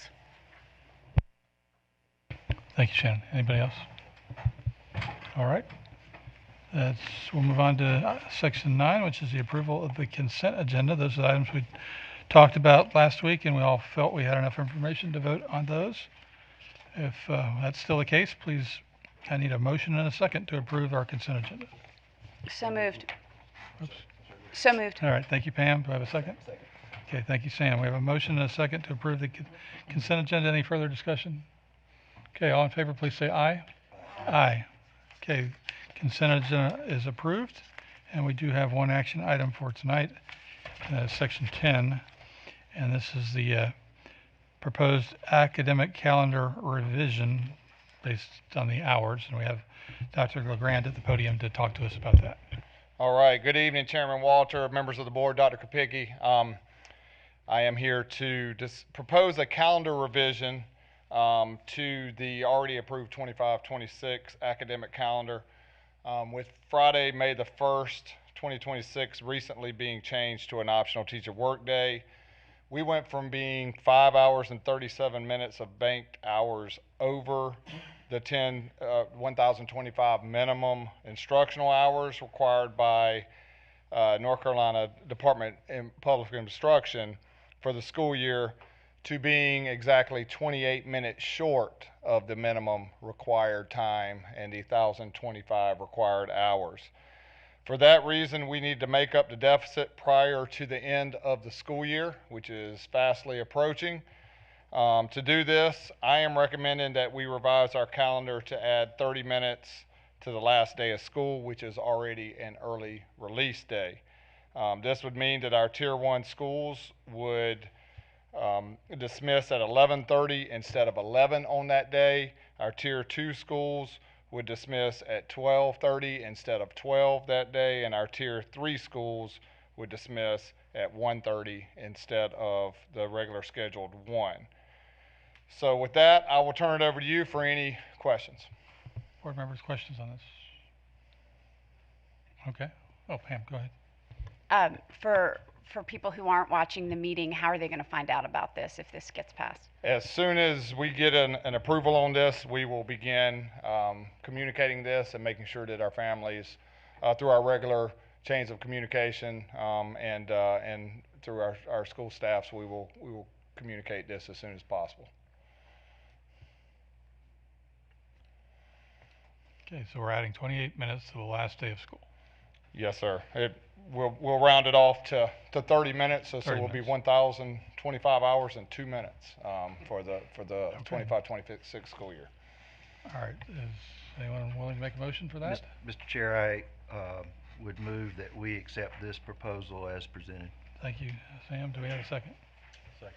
Thank you, Greg. Okay, so we have a motion and a second to adopt the proposal revision of the academic calendar by 30 minutes to the last day of school. Any further discussion? Ready to vote? All in favor, please say aye. Aye. Anybody opposed? Okay, that has passed. Thank you. 7-0. Thank you, Dr. LeGrand. And before we go into closed session, Melanie, you asked for a point of privilege, so I'll give that to you right now. Thank you. It's very hard to sit up here and know that we can't answer things that have been said about us. I don't do social media. I will not be on social media for those reasons, but our bathrooms have been a problem for years. I'm talking 30, 40, 50 years. We have girls who won't even go to the bathroom, and they will hold it. I asked my granddaughter one time on a trip, I said, can you wait till we get down the road for it to stop? And she said, oh, I can hold it for 8 hours. And I said, how in the world did you know you could hold it for 8 hours? And she said, because I do every day at school. I don't want to go to the bathrooms because they are, as Miss Sandage says, a cesspool of bad behavior. So the boys in the girls' bathrooms is just the tip of the iceberg as far as I'm concerned. There is vaping.